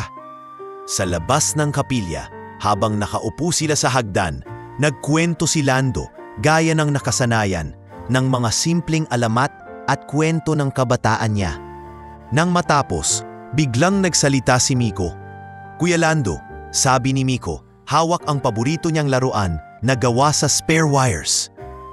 Paglaki ko, gusto kong gumawa ng mga totoong robot. Yung pwedeng tumulong maglinis, magbuhat at magbantay sa mga bata para hindi nila maranasan yung naranasan namin. Engineer ang tawag doon, sabat ni Nena na nasa may gilid nakikinig. Bagay sa'yo yon, Miko. Naku, engineer agad, natatawang sagot ni Lando. Pwede, kayang-kaya mo yan. Si Lalaine naman, nakahilig sa balikat ni Risa, biglang nagsalita. Ako po, kuya, gusto ko pong magkaroon ng malaking bahay na puro kanta. Yung mga bata, pwedeng kumanta araw-araw, walang sasaway. May piano, gitara, tsaka mikropono. Music school ang tawag doon, Lalaine, paliwanag ni Nena, nakangiti. Isang lugar kung saan pwedeng mag-aral ng musika ang mga bata. Napangiti si Lando, tiningnan ang maliit na batang dati halos hindi makapagsalita. Isipin mo yon ha, Lalaine Joy Music School. Ang sosyal pakinggan. Tumawa ang mga bata. Sa gitna nila tahimik na nakatingin sa langit si Risa, bago nagsalita. Ako po, sabi ni Risa, marahan. Gusto kong magdayo ng negosyo balang araw. Isang kumpanya na tumutulong sa mga batang katulad namin. Yung kita, hindi lang para yumaman kami, kundi para makapagpaaral ng mas maraming bata sa shelter ni Sister. Natigilan si Lando, napatingin sa dalagita. Sa loob ng maliit na kapilya, sa ilalim ng ilaw na dilaw at mahinang hangin ng electric fan, naramdaman niyang may nabubuong mas malaki pa sa inaasahan niya. Mga pangarap nyo, ha? Sabi ni Lando. Nangingiti pero medyo namumula ang mata. Engineer, musikera, negosyante. Tumingin sa kanya si Risa. Kayo po kuya, ano pong pangarap ninyo? Saglit siyang natahimik. Hindi niya sanay pag-usapan ang sarili niyang mga pangarap. Pero napatingin siya sa tatlo. Sa mga batang minsang natutulog sa tabi ng kanal at ngayon ay nagtatanong kung ano ang gusto niyang marating. Ang pangarap ko, mahinang sagot ni Lando. Yung makita ko lang kayong tatlo na natupad lahat ng sinabi niyo. Kahit janitor pa rin ako hanggang tumanda. Okay na ako. Basta pag nakita ko kayong nakagraduate, may trabaho at hindi na tinatawag na batang kanal, masaya na ako. At sa gabing iyon, sa simpleng kwento ng mga pangarap sa gitna ng shelter, hindi na malayan ni Lando na nagsisimula ng gumalaw ang panahon sa mas malaking paraan. Sa bawat hakbang niya sa pabrika, sa bawat pagpunas ng sahig at pagligpit ng kadat sa internet cafe, may kasabay itong unti-unting pag-angat ng tatlong batang minsan nang itinatago sa dilim. Ngayon ay unti-unting hinahabol ng liwanag ng mga pangarap nilang piniling maniwalang posible. Mula sa gabing nagkwentuhan sila tungkol sa mga pangarap, mas lalo pang naging mabilis ang takbo ng panahon. Hindi na malayan ni Lando na ang mga batang minsang magkakasiksik sa ilalim ng tulay ay unti-unti nang nagiging binata at dalaga sa harap ng mga mata niya. Kuya, may entrance exam daw po sa malaking eskwelahan sa Maynila. Balita ni Risa isang hapon habang magkasabay silang naglalakad sa maliit na hardin ng shelter. Hawak niya ang isang papel na may logo ng isang kilalang unibersidad. Sabi ni Teacher Nena, pwede daw po akong mag-apply sa scholarship. Baka sakali. Napahinto si Lando. Napatingin siya sa papel, tapos kay Risa. Yung universidad sa Quezon City? Tanong niya. Yung may malaking gate at puro mayayaman ang nag-aaral? Opo, sagot ni Risa. Halata ang kaba at sabik sa boses. Natakot po ako noong una. Pero naisip ko, hindi po ba kayo ang laging nagsasabi na hindi kasalanan ang mangarap? Ang kasalanan yung sumuko agad? Napakamot sa batok si Lando. Napangiti ng bahagya. Ako ba nagsabi nun? Ang talino ko pala minsan? Biro niya, sabay buntong hininga. Subukan mo, Risa. Wala namang mawawala. Pag pumasa ka, mas malapit ka sa pangarap mong negosyo. Pag hindi, hindi ibig sabihin mali ka ng mangarap. Lumipas ang mga linggo at dumating ang araw ng exam. Tumayong parang tunay na magulang si Lando sa gilid ng gate ng universidad, nakasuot ng pinakamatino niyang polo na hiniram pa niya kay Kuya Vance. Si Risa may dalang maliit na bag at ballpen, halos hindi mapakali. Kuya, baka pumabigo lang ako. Usal niya habang nakapila sa pasukan. Risa, mahinahong tugon ni Lando. Kahit ano ang nangyari sa loob, tandaan mo, mas malayo na ang narating mo kaysa sa ilalim ng kanal. Wala nang exam ang kayang burahin yon. Pagkalipas ng ilang oras, lumabas si Risa, pawis na pawis pero may kakaibang kislap sa mata. Mahiraap, reklamo niya pero sabay tawa. Pero ang saya kuya, kahit paano nasagutan ko ng maayos. Sabi ng proctor, lalabas daw ang resulta sa loob ng isang buwan. Habang si Risa ay lumalaban sa mga exam, si Miko naman ay sumabak sa mga science fair at robotics club sa high school na kapartner ng shelter. Sa maliit na workshop nila sa isang silid, gumagawa siya ng mga sasakyang debaterya, mula sa sirang laruan at pinagtagpi-tagping wire. "Kuya Lando, tingnan nyo!" Masiglang sabi ni Miko. Ipinakita ang isang munting kotse na dumugulong sa sahig. "Pag tinulungan ako ni teacher, gagawin daw naming mas malaki to. Baka makasali ako sa regional competition." "Grabe," sagot ni Lando, halatang proud. "Noon, lata lang hawak mo. Ngayon kotse na. Huwag mo lang akong kalimutang isakay sa unang kotse mong ipo-pro-design, ha?" Sila Lane naman, mas lalong nababad sa musika. Sumali siya sa choir ng parokya at naging paborito siya ni Sister Marceline. Tuwing linggo, inilalapit ni Lando ang upuan ni Amparo sa harap ng maliit na TV sa barong-barong.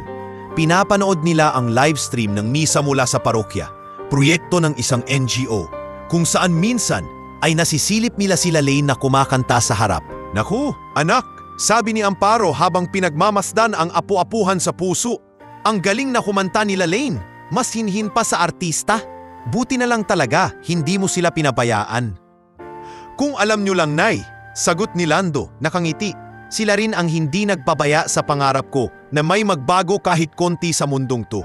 Dumating ang araw na lumabas ang resulta ng scholarship. Gabi na nang kumatok si Risa sa pinto ng parung-barong nila Lando, hingal na hingal. May hawak na papel. "Kuya!" sigaw niya. Halos sumabog ang boses. "Kuya Lando! Nay Amparo!" Nagulat si Lando, agad na binuksan ang pinto. "Risa, anong ginagawa mo dito ng ganitong oras?"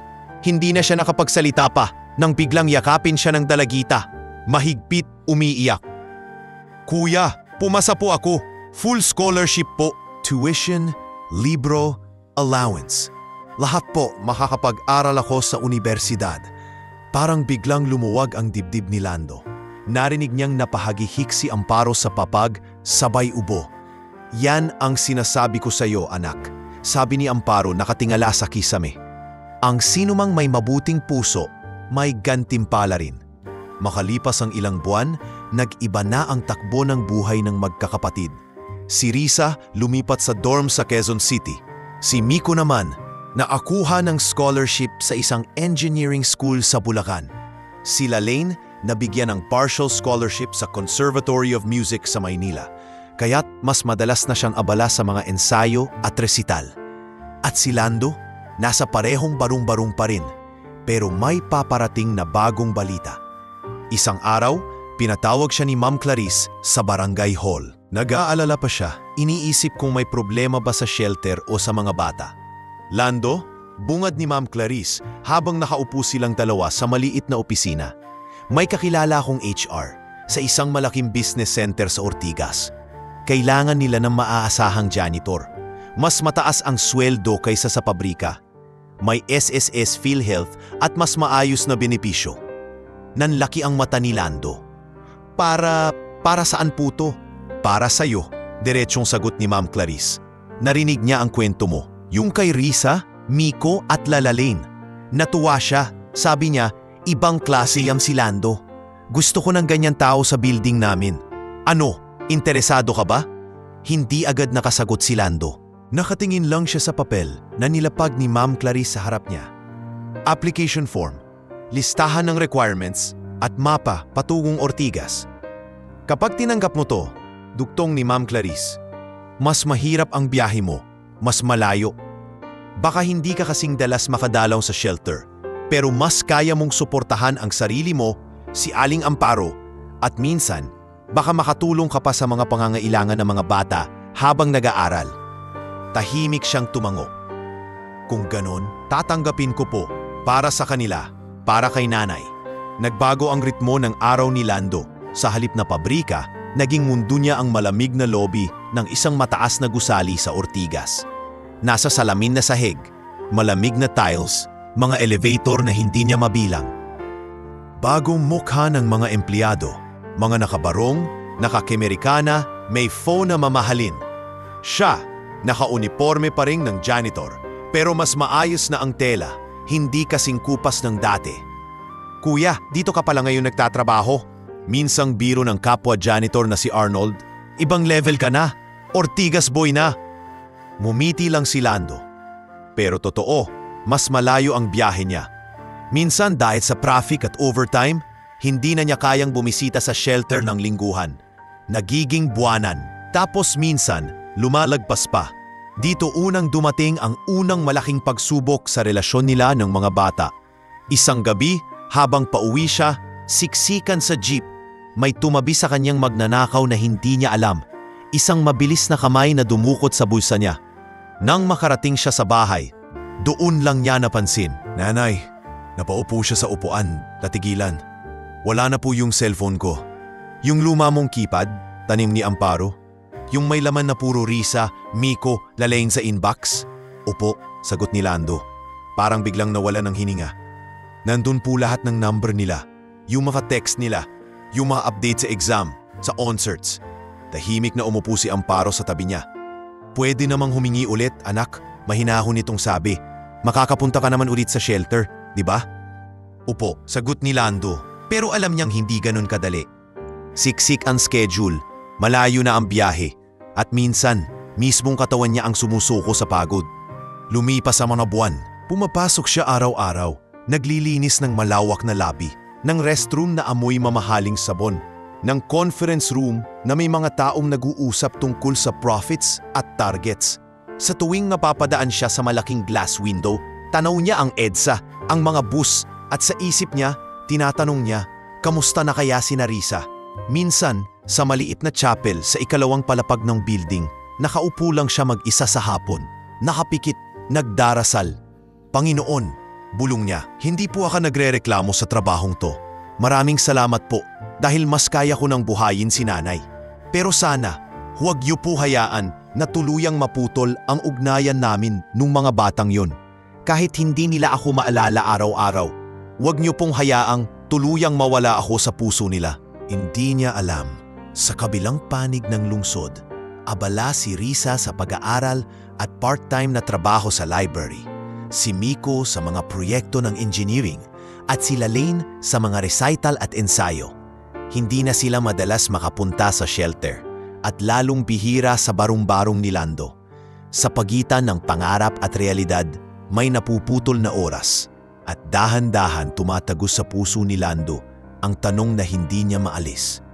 Kapag dumating ang araw na umangat sila, maaalala pa kaya nila ang isang janitor na minsang pumili sa kanila sa ilalim ng kanal? 20 taon ang lumipas mula ng gabing iyon sa ilalim ng tulay.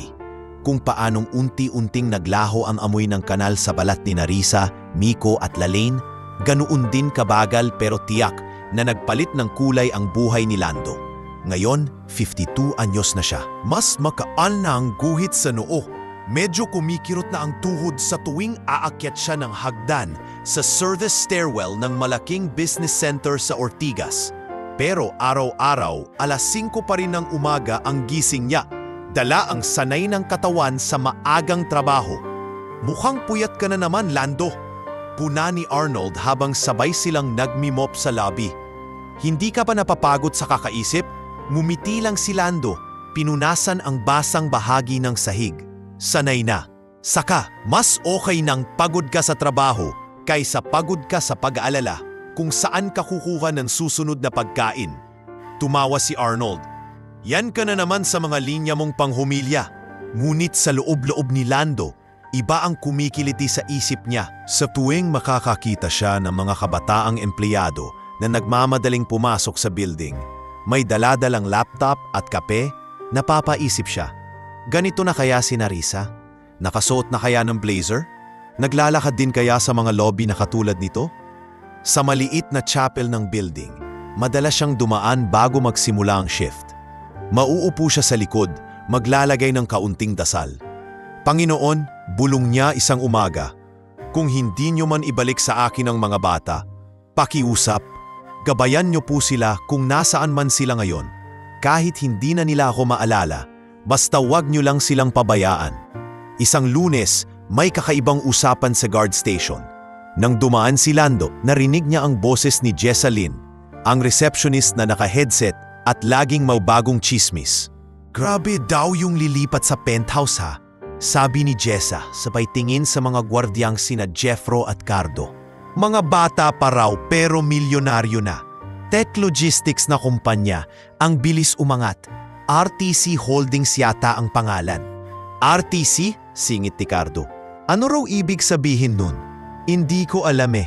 Baka initials nila, sagot ni Jessa. Basta ang sabi ni Sir Darwin, kailangan daw uminang ang lobby pag dumating yun. VIP, mga bagong may-ari ng buong penthouse floor. Di wow, tahimik lang na nakinig si Lando habang naglilinis sa gilid. Sanay na siya sa mga ganitong usapan. Bawat taon, may bagong malalaking kliyente. May bagong mayayamang papasok sa building. Para sa kanya, lahat ng yun dumadaan lang. Siya, naiwan sa parehong walis at mop. Kinabukasan, mas maaga pa sa dati silang pinapasok. Tiyak daw na bago mag-alas 10, darating na ang mga bossing ng RTC Holdings.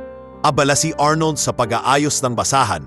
Si Junmar naman ay nagpuputol ng mga wilted na dahon sa mga ornamental plants sa lobby.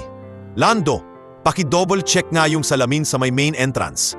Utos ng property manager na si Sir Darwin Lontok, nakaitim na blazer at laging may hawak na tablet. Ayoko ng kahit anong mansat.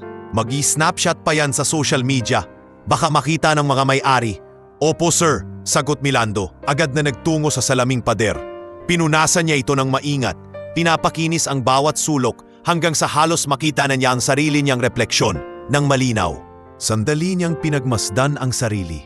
May uban na sa gilid ng buhok, medyo manipis na rin. May munting bakas ng pagod sa mata. Pero sa ilalim ng lahat, may parehong tingin. Yung hindi pa rin marunong magbingi-bingihan sa konsensya. Bandang alas 9:30, tumunog ang handheld radio ni Jeffro. Sir, nasa basement na po yung convoy. Anunsyo ng guard na nasa parking. 3 sasakyan, mukhang buong team dala. Nagkatinginan ang mga staff sa lobby. Si Jessa, mabilis na inayos ang buhok at lipstick. Si Arnold, pinunasan pa ng isang beses ang floor kahit makintab na. Si Lando, tumabi sa gilid. Hawak pa rin ang mop, nakaabang pero hindi umaagaw ng eksena. Bumukas ang main door. Pumasok ang unang sasakyan sa drop-off area, isang itim na SUV na tinted. Sumunod ang 2 pa. Isa-isa silang bumaba. Unang lumabas ang isang binatang nakasuot ng simpleng puting polo at dark slacks, pero halatang mamahalin ang relo at sapatos. May maayos na gupit at kumpiyansang tindig. May hawak siyang folder at kausap sa cellphone. Boss Miko, dito po ang main lobby, sabi ng isang PA habang nakasunod. Napatingin si Lando. Miko, saglit na nagdikit ang kilay niya. Parang may narinig na matagal nang hindi binibigkas. Pero agad din niyang pinigilan ang sarili. Maraming Miko sa mundo. Huwag mag-assume, sabi ng isip niya. Sumunod na bumaba ang isang babaeng na dark green na power suit. May mataas na takong at daladalang structured bag. Nakaayos ang buhok, may makeup pero hindi sobra. Sa leeg niya, may nakasabit na company ID na may pangalan at litrato. Risa May Castillo Vergara, CEO RTC Holdings. Halos kumabog ang dibdib ni Lando. Parang biglang bumalik sa kanya ang imahe ng payat na dalagitang basa sa ulan. Nakayuo sa gilid ng kanal, nagsasabing, "Ako po si Risa. Ito po si Ma'am Risa." Pakilala ni Sir Darwin, halos yumuyo ko sa paggalang. Siya ang CEO. Ma'am, welcome po sa building namin. Ngumiti si Risa, magalang na nakipagkamay. Salamat, Sir Darwin. Excited na kaming makita ang office space. Matagal na namin tong pinangarap. Habang nag-uusap sila, lumabas naman mula sa pangatlong sasakyan ang isang babaeng naka-eleganteng dress. May dalang violin case. May kasama siyang PA na may hawak na tablet at schedule. Nasa ID nito ang pangalan, Maestra Lalaine Joy Castillo, Musical Director, RTC Foundation. Sa isang iglap, parang nawala ang ingay ng lobby para kay Lando. Tanging mga pangalan lang ang umuugong sa tenga niya. Risa, Miko, Lalaine. Huwag kang magpahalata, Lando. Bulong niya sa sarili. Baka magkakamali ka lang. Naglakad ang grupo papasok sa lobby. Nagbigay galang ang staff. Nag-good morning, ma'am, sir. Si Jessa, halos maubusan ng ngiti sa pagwe-welcome. Si Arnold, napapatingin sa mamahaling kotse mula sa loob. Nakatayo si Lando sa bandang gilid, malapit sa malaking haligi. Hawak ang mop na parang tungkod. Habang dumadaan ang 3, hindi niya maiwasang tumitig. May mga bakas pa rin ng mga batang kilala niya noon. Ang hugis ng mata ni Risa. Ang tikwas ng kilay ni Miko kapag seryoso. Ang ngiting bahagyang tabingi ni Lalaine. Sir, Dito po ang daan patungong elevator papunta sa penthouse. Pakilala ni Sir Darwin, nakaturo. Ipapakita ko na rin po ang reception area sa taas. Naglakad ang grupo pero sa kalagitnaan ng lobby, parang may humila sa tingin ni Risa. Bigla siyang tumigil, bahagyang kumunot ang noo. Nagulat si Sir Darwin. "Ma'am, may problema po ba?" Tanong nito. Hindi agad sumagot si Risa.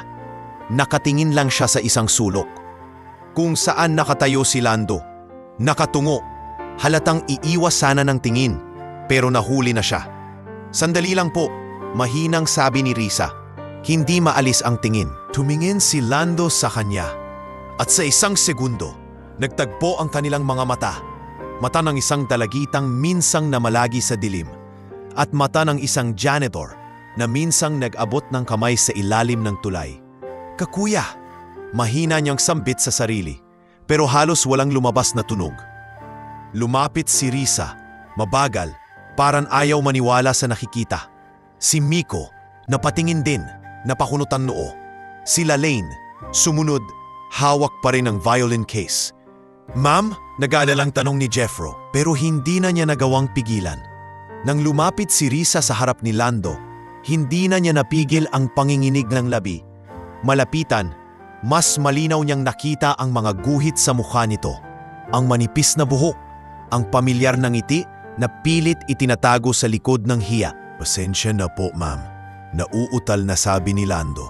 Inilalagay ang mop sa gilid. "Dapat po hindi ako nakaharang sa daan ninyo. Babawasan ko na lang po yung..." Hindi na niya natapos ang sasabihin. Tatay, mahina ngunit malinaw na bulong ni Risa, habang dahan-dahang namumuo ang luha sa gilid ng kanyang mga mata. "Tatay, Lando." Sa isang iglap, umalingaw-ngaw ang katahimikan sa lobby.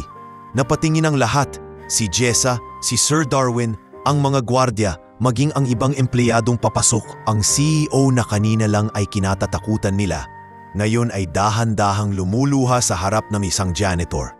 Si Lando, halos malaglag ang dibdib sa narinig.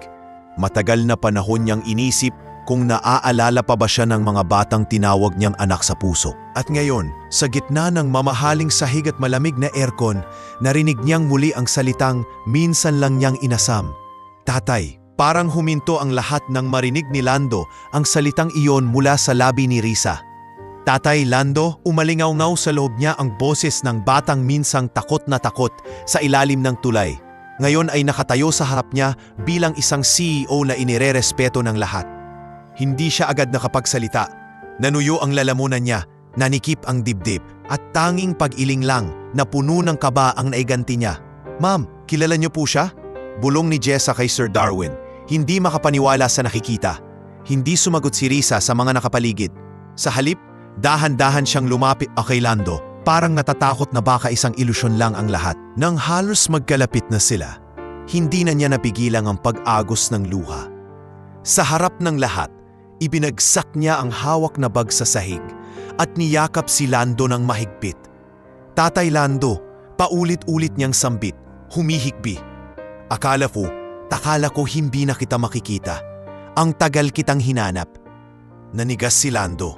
Hindi alam kung yayakap ba o iiwas. Naramdaman niya ang panginginig ni Risa sa kanyang dibdib. At doon, tuluyang pumigay ang puso niya. Dahan-dahan niyang itinaas ang mga kamay at niyakap pabalik ang dalaga. Parang yakap ng isang ama sa matagal na nawalay na anak. "Risa," mahinang tugon niya. "Ikaw ba talaga to?" "Kuya." May halong tawa at iyak ang sagot ni Risa. "Hindi na kuya ang tawag ko sa'yo ngayon. Ikaw ang tatay namin." Mula noon pa, sa gilid, tila natahimik ang buong labi. Si Arnold napalunok at napatingin kay Junmar. Si Jessa napahawak sa dibdib. Si Sir Darwin, hindi alam kung lalapit ba o hahayaan na lang ang eksenang hindi niya inaasahan sa unang araw ng bago nilang kliyente. "Risa?" tawag ni Miko. Lumapit, halatang naguguluhan. Siya ba talaga si... Hindi na natapos ni Miko ang tanong nang masilayan niya ng malapitan ang mukha ni Lando. Kahit may uban at kulubot na, hindi niya malilimutan ang mga matang laging may pag-aalala sa kanila noong bata pa. "Tatay, Lando?" Mahina niyang sambit, unti-unti ring napupuno ng luha ang mga mata. ikaw yung sumundo sa amin sa ilalim ng tulay, di ba? Si Miko Janrel, mahinang ngiti ni Lando. Halos hindi makapaniwala. Yung batang may peklat sa tuhod, laging may hawak na latang ginagawang robot? Humakbang din sila Lane palapit. Mahigpit ang hawak sa violin case. Tay, halos pabulong niyang wika. Ako sila Lane, yung iyakin sa choir. Naalala niyo po? Napatawa si Lando sa gitna ng luha. Paano ko malilimutan? Ikaw ang sintunadong pinakamalakas ang boses sa kapilya. Biro niya, sabay hagod sa buhok ng dalaga. At sa gitna ng lobby, sa harap ng mga mamahaling sapatos at malalamig na tingin, biglang sabay-sabay na lumuhod sina Risa, Miko at Lalaine sa harap ni Lando. Walang pakialam sa mamahalin nilang damit o sa mga kamera ng ilang staff na palihim ng nagvi-video. Tay, sabi ni Risa ng malakas para marinig ng lahat. Kung hindi dahil sa inyo, malamang patay na kaming tatlo. Kayo ang nag-ahon sa amin sa ilalim ng kanal. Kayo ang nagdala sa amin kay Ma'am Clarice at kay Sister Marceline. Kayo ang unang naniwala na pwede kaming manarap. Napahawak sa ulo si Lando, naguguluhan. Tumayo kayo! Nakakahiya sa mga tao! Pilit niyang sabi, nanginginig. Walang nakakahiya sa pagyuko sa taong nagligtas ng buhay namin. Sagot ni Miko. Matatag ang boses. Kung luluhod kami sa kahit kanino sa mundong to, dapat sa inyo yon, Tay. Sa gilid, napaubo si Sir Darwin. Halatang hindi alam kung paano kukunin ang sitwasyon. Ma'am, Sir, baka po gusto niyo munang ituloy ang orientation sa penthouse? Alok niya, nangingingiti-ngiti pero bakas ang pagkailang. Tumayo si Risa, pinunasan ng luha pero hindi binitiwan ang braso ni Lando. Sir Darwin, mahinahon ngunit matatag niyang sabi, siya po si Rolando Villarin. Janitor ninyo rito ngayon. Pero mula sa araw na to, hindi niyo na po siya ituturing na simpleng janitor. Nagkatinginan ang mga staff. Si Jessa na palunok. Napatingin kay Lando na parang ngayon lang niya tunay na nakikita. RTC Holdings, pagpapatuloy ni Risa, bumaling kina Miko at Lalaine, ay hindi tatayo kung hindi dahil sa isang pangyayaring hindi namin malilimutan.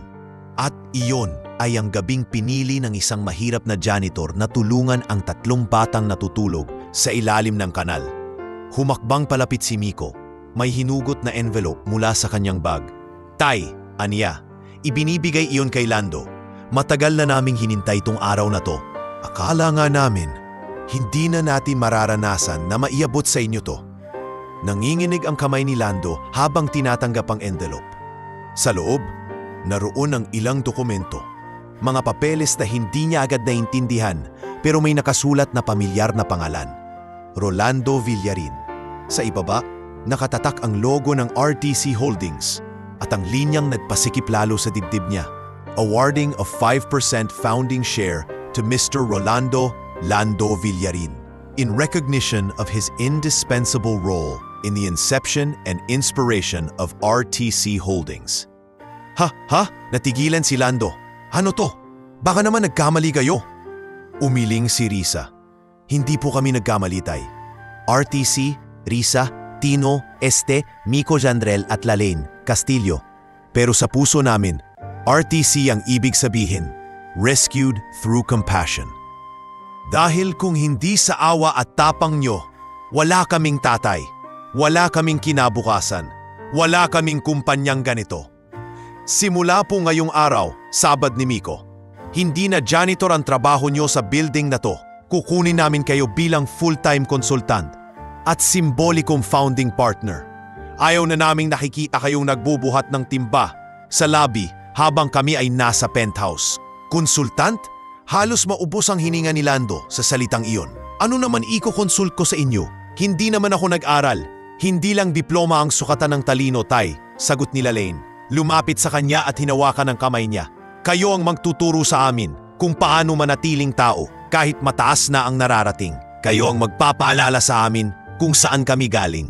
At kayo ang magiging mukha ng foundation na itinatayo namin para sa mga batang katulad namin noon. Lumapit si Lalaine sa tainga ni Lando, parang batang nagbabalita ng sikreto. Tay, magkakaroon po tayo ng foundation na ang pangalan, Lando Villarin Street Children Foundation, na approved na ng board. Kailangan lang po namin ang pirma nyo. Hindi na alam ni Lando kung iiyak ba o tatawa. Ako, foundation? Ako yung pangalan? Halos mag-collapse ang tuhod niya kung hindi siya nasalo ni Miko. Teka tay, hindi pa tapos, singit ni Risa, umiiyak pero nakangiti. May iniabot siyang maliit na kahon ng susi. Ito po, huwag niyong tatanggihan. 20 taon kayong naglakad pa uwi sa eskinita. Dumadaan sa riles, umiiwas sa ulan sa butas na payong. Panahon na para maglakad naman kayo sa loob ng bahay niyong hindi tumutulo ang bubong. Dahan-dahang binuksan ni Lando ang kahon. Isang susi, simple lang tingnan pero mabigat sa kamay. Kasama nito ang isang maliit na card na may nakasulat na address at larawan ng isang maaliwalas na bungalow. May maliit na hardin sa harap. Sa inyo po yan, tay, sabi ni Miko. Fully paid. Nasa San Mateo may taniman ng gulay sa likod. May kwarto para kay Nanay Amparo. Kahit nasaan na siya kung sakali. Saglit itong natigilan. Alam nilang wala na si Amparo. Pero parang kasama pa rin nila ito sa bawat desisyon. At may maliit na altar sa sala, tulad ng luma niyong bahay. Wala tong utang, tay, dagdag ni Risa. Hindi ito hulugan, hindi pa utang. Regalo, maliit na kapalit sa ginawa niyo para sa amin. Nanlabo ang paningin ni Lando sa luha. Hindi siya makatingin ng diretso sa kanila. Parang sobra-sobra ang liwanag na nakakasakit sa mata nang matagal nang nasanay sa dilim. Mga anak, mahinang sabi niya, ngayon lang muling ginamit sa bibig niya ang salitang yon ng buong buo. Ang gusto ko lang noon, huwag kayong mamatay sa lamig sa tabi ng kanal. Hindi ko hiniling to. Alam namin, sagot ni Risa, mahigpit ang tingin. Kaya namin ibinibigay. Kasi kung hihilingin nyo to noon, baka iba ang dahilan. Pero hindi. Tinulungan nyo kami nang walang hinihinging kapalit. Panahon na para kami naman ang maghabol sa inyo. Sa likod nila, marahang pumalakpak si Jessa na hindi na rin napigilang maiyak. Sumunod si Arnold, si Junmar at ang ilang empleyadong nakasaksi ng eksena. Pati si Sir Darwin, na kanina lang ay abala sa pag-aalala sa imahe ng building, ay napapadyak na rin ang palad sa sahig. Sumasabay sa palakpak, sa gitna ng lobby, sa harap ng lahat, mahigpit na niyakap ni Lando ang 3 niyang anak sa puso. Sa isang sandali, hindi na siya janitor sa mata nila. Hindi na palaboy ng mga pangyayaring dinaanan niya. Siya na ngayon ang taong pinagmulan ng pangalang nakalagay sa malaking logo ng kumpanyang lilipat sa penthouse. At sa unang pagkakataon sa matagal na panahon, naramdaman niyang hindi na siya simpleng taong dumaan lang sa tulay ng buhay nila. Siya ang naging tulay mismo. Hindi agad nakapagsalita si Lando matapos ang mainit na yakapan nilang magkakapatid sa gitna ng lobby. Para siyang nananaginip na ayaw magising. Ilang beses niyang pinisil ang braso niya ng mahina. Tinitiyak kung totoo ba ang lahat. Ang dokumento sa kamay niya, ang susi sa bagong bahay, ang mga matang nakatingin sa kanya bilang tatay, hindi bilang janitor. Sir Darwin, mahinahong sabi ni Risa nang bumaling sa property manager. Magpapaschedule po kami ng formal meeting tungkol sa kontrata ng kumpanya. Pero ngayon, kung okay po sa inyo, gusto naming umalis muna sandali kasama si tatay. May mas mahalaga pa kaming dapat puntahan. Napakapa si Sir Darwin sa kwelyo niya. Halatang nan-a-adjust sa bilis ng pangyayari. Ay, opo, Ma'am Risa, sagot niya, bahagyang yumuyuko. Si Sir Lando, si Tatay Lando pala. Kami na po ang bahala sa paperwork niya dito sa building. Ako na rin po ang mag-aasikaso ng clearance at benefits niya. Lumingon si Lando, nagulat. Sir, hindi na po kailangan ng special treatment. Pwede naman po akong mag-resign ng maayos. Sir Lando, putol ni Sir Darwin. Ngayon ay hindi na magawang tawagin lang siyang kuya. Sa tagal niyong nagtrabaho rito, dapat lang kayong ibigay lahat ng benepisyong nararapat sa inyo. Isa ako sa mga unang pipirma sa kahit anong papel na magpapatunay na uliran kayong empleyado. Salamat po, sir, nahihiyang sagot ni Lando. Lumapit si Arnold, daladala ang hawak na mop ni Lando. Pre, mahina nitong sabi, pilit na pinapapagaan ang bigat ng sandali. Pag naging milyonaryo ka na, huwag mo naman akong kalimutan ha. Kahit 3 electric fan lang para sa quarters namin, solve na ako. Napatawa si Lando sa gitna ng luha. Loko ka, sagot niya sabay yakap sa kaibigan. Hindi ako aalis nang hindi kayo nadadalaw. Kayo ang kasama ko dito sa hirap, maalala ko yun. Si Jessa naman lumapit na may hawak na maliit na papel. Kuya, ay mali, sir, Tailando. Taranta nitong wika, ito po number ko. Kung kailangan nyo nang magpapadala ng kape o chismis mula sa building, text nyo lang po ako. Salamat Jessa, ngiti ni Lando. Wag na tayong sir. Lando lang, uta ay Lando kung talagang mapilit kayo. Maya-maya, nagpaalam na sina Risa kay Sir Darwin at sa mga staff. We'll be back sir, aniya, nakikipagkamay. Pero ngayon, kailangan namin siyang iuwi, hindi sa barong-barong, kundi sa bahay na para talaga sa kanya. Paglabas nila sa building, parang bumagal ang mundo para kay Lando. Mula sa malawak na glass door, sumalubong sa kanya ang liwanag ng araw at ihip ng hangin na may halong usok at ingay ng EDSA. Pero sa loob ng 3 sasakyan na naghihintay sa drop-off, ibang pakiramdam. Parang hindi na siya pahiram na sakay, kundi panauhing inaabangan. Tay, dito po kayo sa gitna, sabi ni Miko. Binuksan ang pinto ng flagship SUV nila. Hindi po pwede sa likod. Baka isipin nyo bodyguard lang kayo. Mukha naman akong bodyguard ah. Biro ni Lando, sabay hawak sa tiyan. Laki ng bilbil ko oh. Tumawa sina Risa at Lalin. Tila naipsa ng tensyon. Pag upo ni Lando sa loob, nakaramdam siya ng kakaibang hiya. Malambot ang upuan, malamig ang aircon, at bago sa pakiramdam ang tahimik na tunog ng makina. Hindi ito katulad ng jeep na siksikan o pedicab na maalog. Tahimik, maaliwalas. Sumiksik sila Lane sa tabi niya. Tay, bungad niya. Naalala niyo pa po yung unang beses niyong isinakay kami sa pedicab ni Mang Orbit? Oo naman, sagot ni Lando. Nakatingin sa labas habang dinadaanan nila ang mga matataas na gusali. Akala ko nga noon, pinakasosyal na masasakyan nating yun. Ngayon, nakakatawa isipin. Hindi po nakakatawa, sagot ni Risa na nasa unahan, tumitingin sa rearview mirror. Doon nagsimula lahat, Tay. Kung hindi nyo kami isinakay, baka hindi kami umabot ng buhay sa shelter. Tinulungan din naman tayo ng maraming tao, sagot ni Lando. Seryoso ang boses. Si Ma'am Clarice, si Kapitan, si Sister Marceline, si Teacher Nena. Ama po kayo, sambit ni Miko. Kaya nga po lahat sila kasama sa plano namin. Nagkatinginan ng magkakapatid. Tila may lihim na alam na si Lando lang ang hindi pa nakakalam ng buo. Hindi nagtagal, lumabas na sila sa masikip na EDSA at pumasok sa mas tahimik na daan papuntang San Mateo.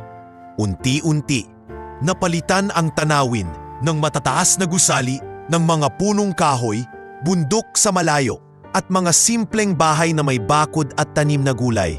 Diyan po, turo ni Risa, halatang sabik. Yung may puting gate, nang bumagalan sa sakyan at huminto sa tapat ng bahay, natigilan si Lando. Isang maaliwalas na bungalo ang nasa harap nila.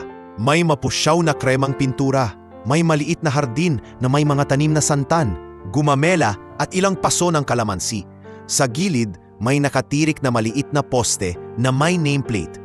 Dahan-dahan siyang lumabas ng sasakyan.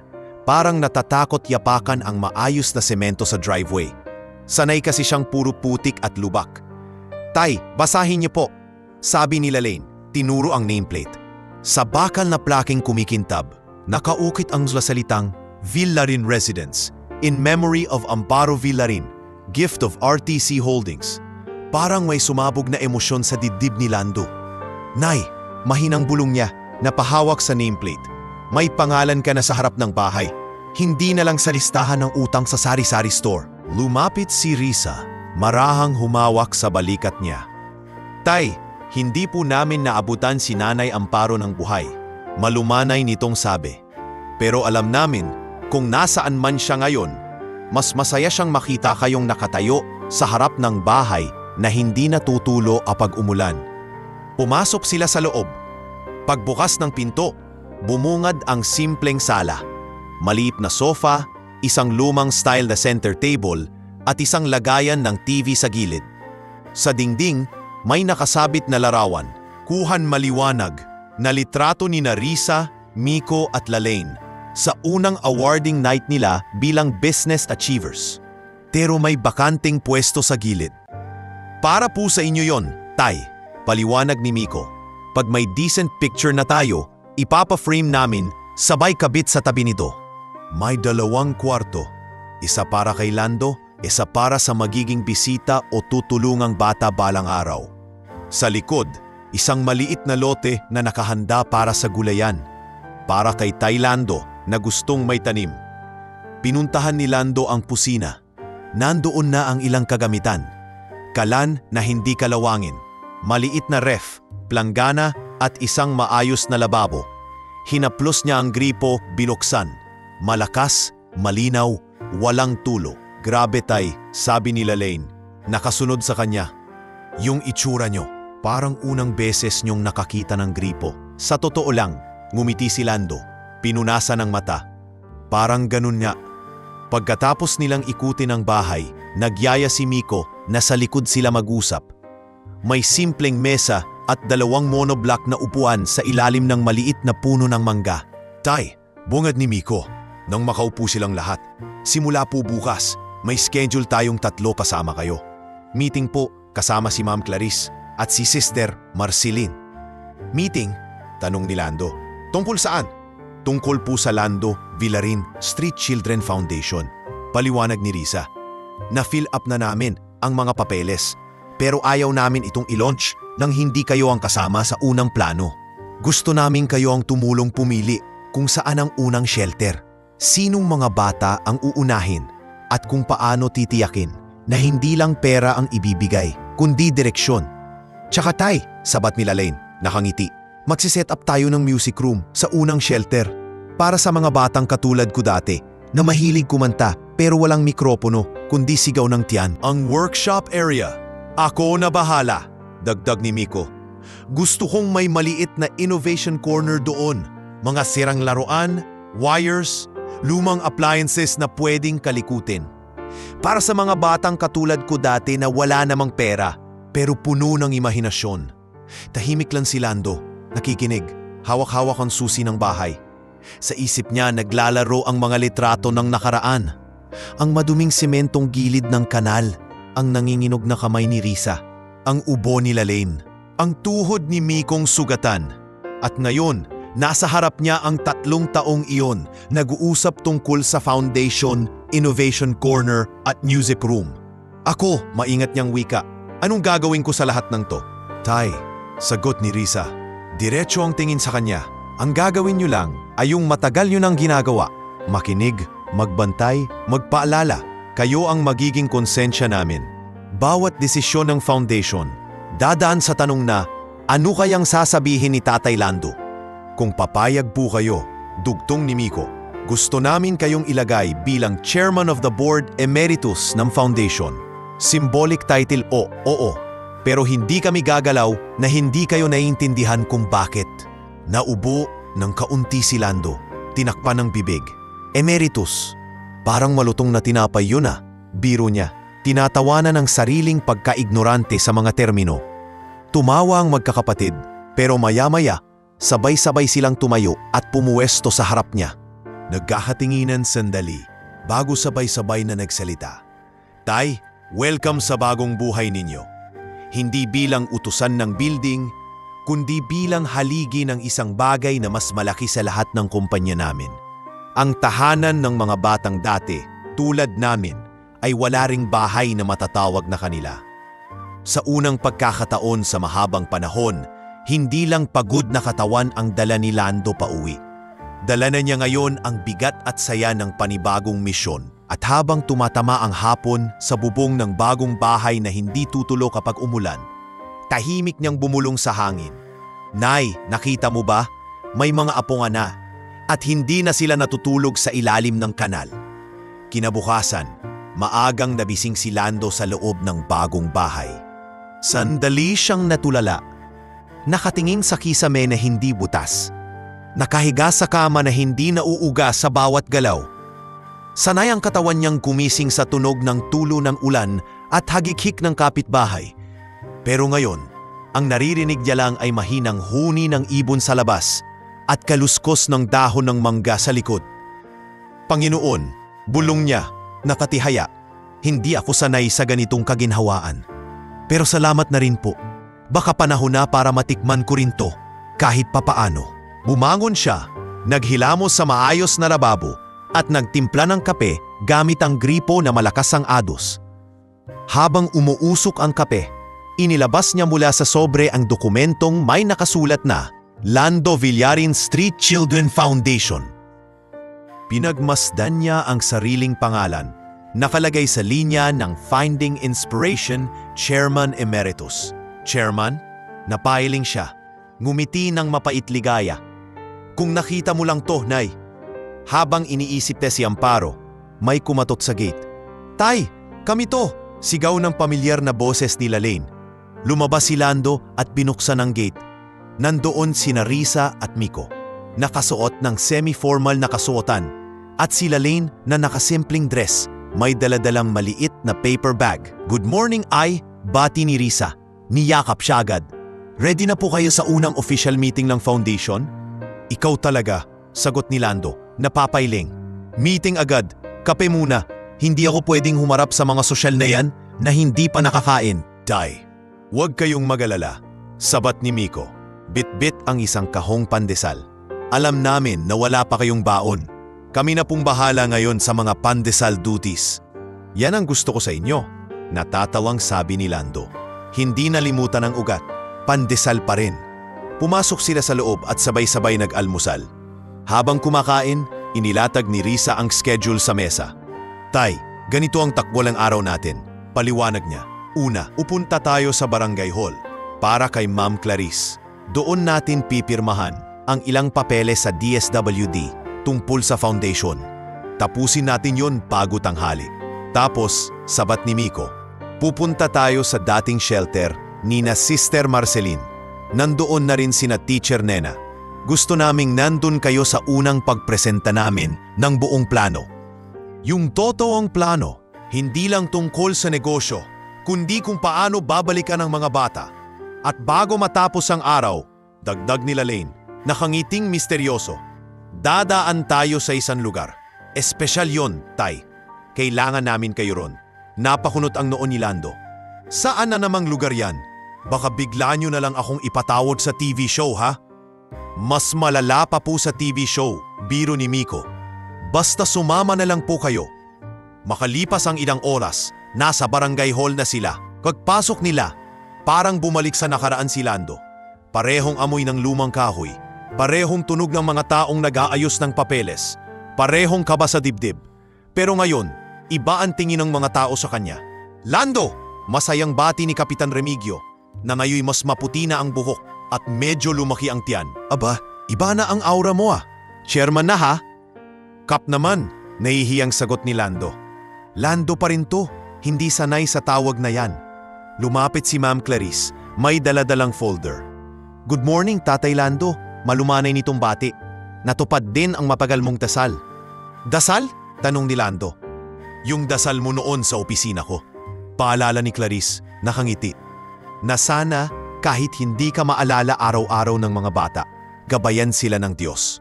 Mukhang sobra pa sa gabay ang binigay sa kanila. Binabalikan ka na nila ngayon. Umupo sila sa maliit na conference room. Tinadtad ng pirma ni Lando ang mga papeles. Pahayag ng pagsang-ayon, board resolution, mga dokumento para gawing legal ang foundation. Sa bawat pirma, parang muli niyang naririnig ang hikbi ng tatlong batang iyon sa ilalim ng tulay. Tay, kung napapagod na kayo, pwede niyong ipahinga muna yung kamay niyo, sabi ni Risa, halatang nag-aalala. Pagod na to sa pagwawalis, hindi sa pagpirma, sagot ni Lando. Kung pirma ang puhulan para may matulungan tayong bata, kahit ubusin niyo pa to buong araw. Natapos ang pirmahan bago magtanghali. Paglabas nila, nagpaalam sina Kapitan at Ma'am Clarice. Lando, sabi ni Kapitan, seryoso ang tono. Proud kami sa'yo. Hindi ko akalaing yung janitor na pumasok dito noon, magiging pangalan ng foundation ngayon. Kap, ngiti ni Lando. Kung hindi dahil sa inyo, baka hindi ko rin naitulak ang sarili ko noon na magsumbong. Kayo rin ang bahagi nito.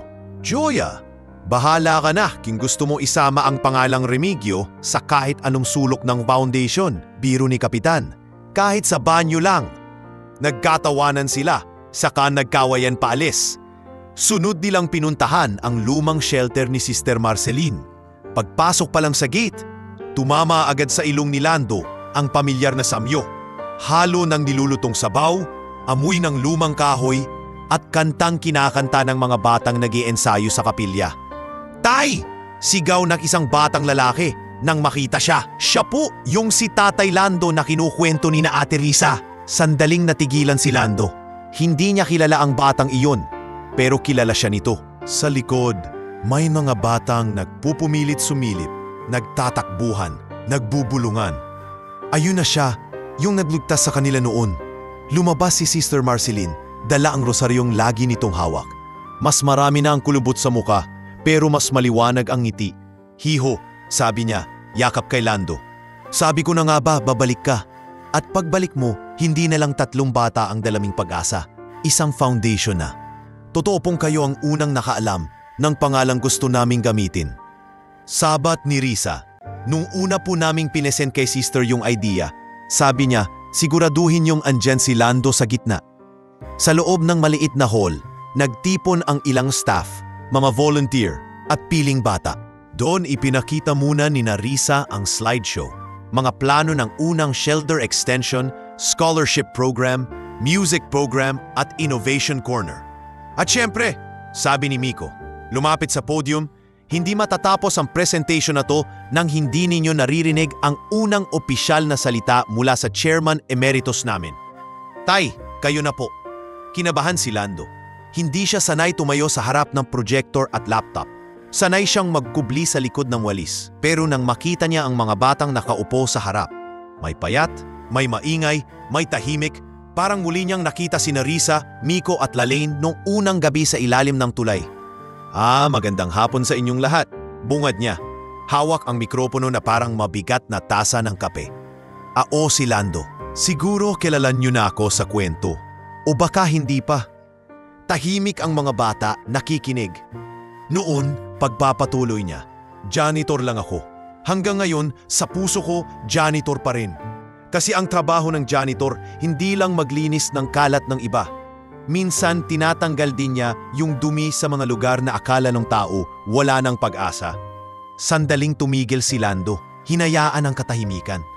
Nung makita ko sila Risa, Miko at Lalaine sa ilalim ng tulay, hindi ko alam kung anong gagawin ko. Wala akong pera, wala akong koneksyon. Ang meron lang ako, hiya sa Diyos kung iuurong ko pa ang tingin ko sa kanila. Kaya dinala ko sila rito, kay Ma'am Clarice, kay Sister sa barangay. Sila na ang nagpatuloy. Tumingin siya kina Risa, Miko at Lalaine na nakaupo sa gilid, nakangiting umiiyak. "Ngayon, baliktad na," sabi ni Lando. "Sila na ang may pera, sila na ang may koneksyon. Ako naman ang dinala nila. Hindi para maging alaga, kundi para maging paalala." Nagtaas siya ng paningin sa mga bata. "Kaya kung may isang bagay man akong gustong sabihin sa inyo ngayon, ito yon. Hindi kailangan maging milyonaryo para maging mahalaga. Minsan, sapat na ang maging taong hindi umiwas sa problema ng iba. At kung mayroon mang kayong maaalala sa pangalan kong nilagay nila sa foundation, sana hindi yung chairman o kung ano pa.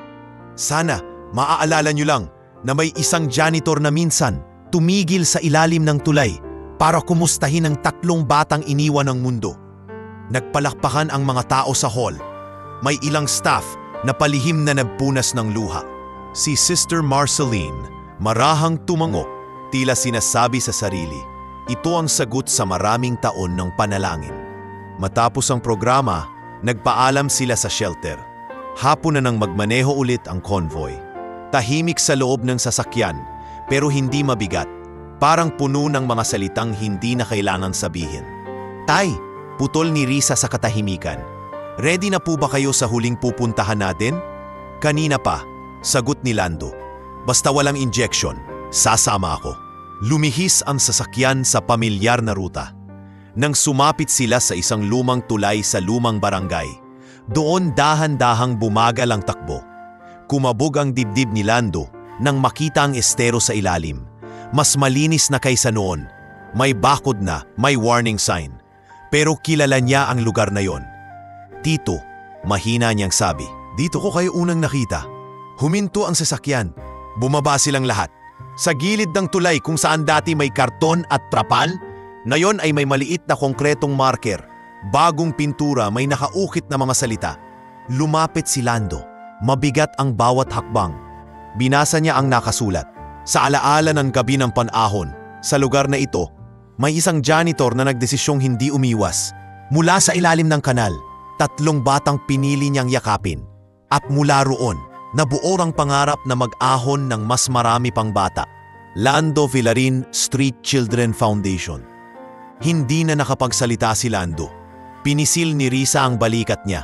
Si Miko, tahimik na tumayo sa kaliwa niya.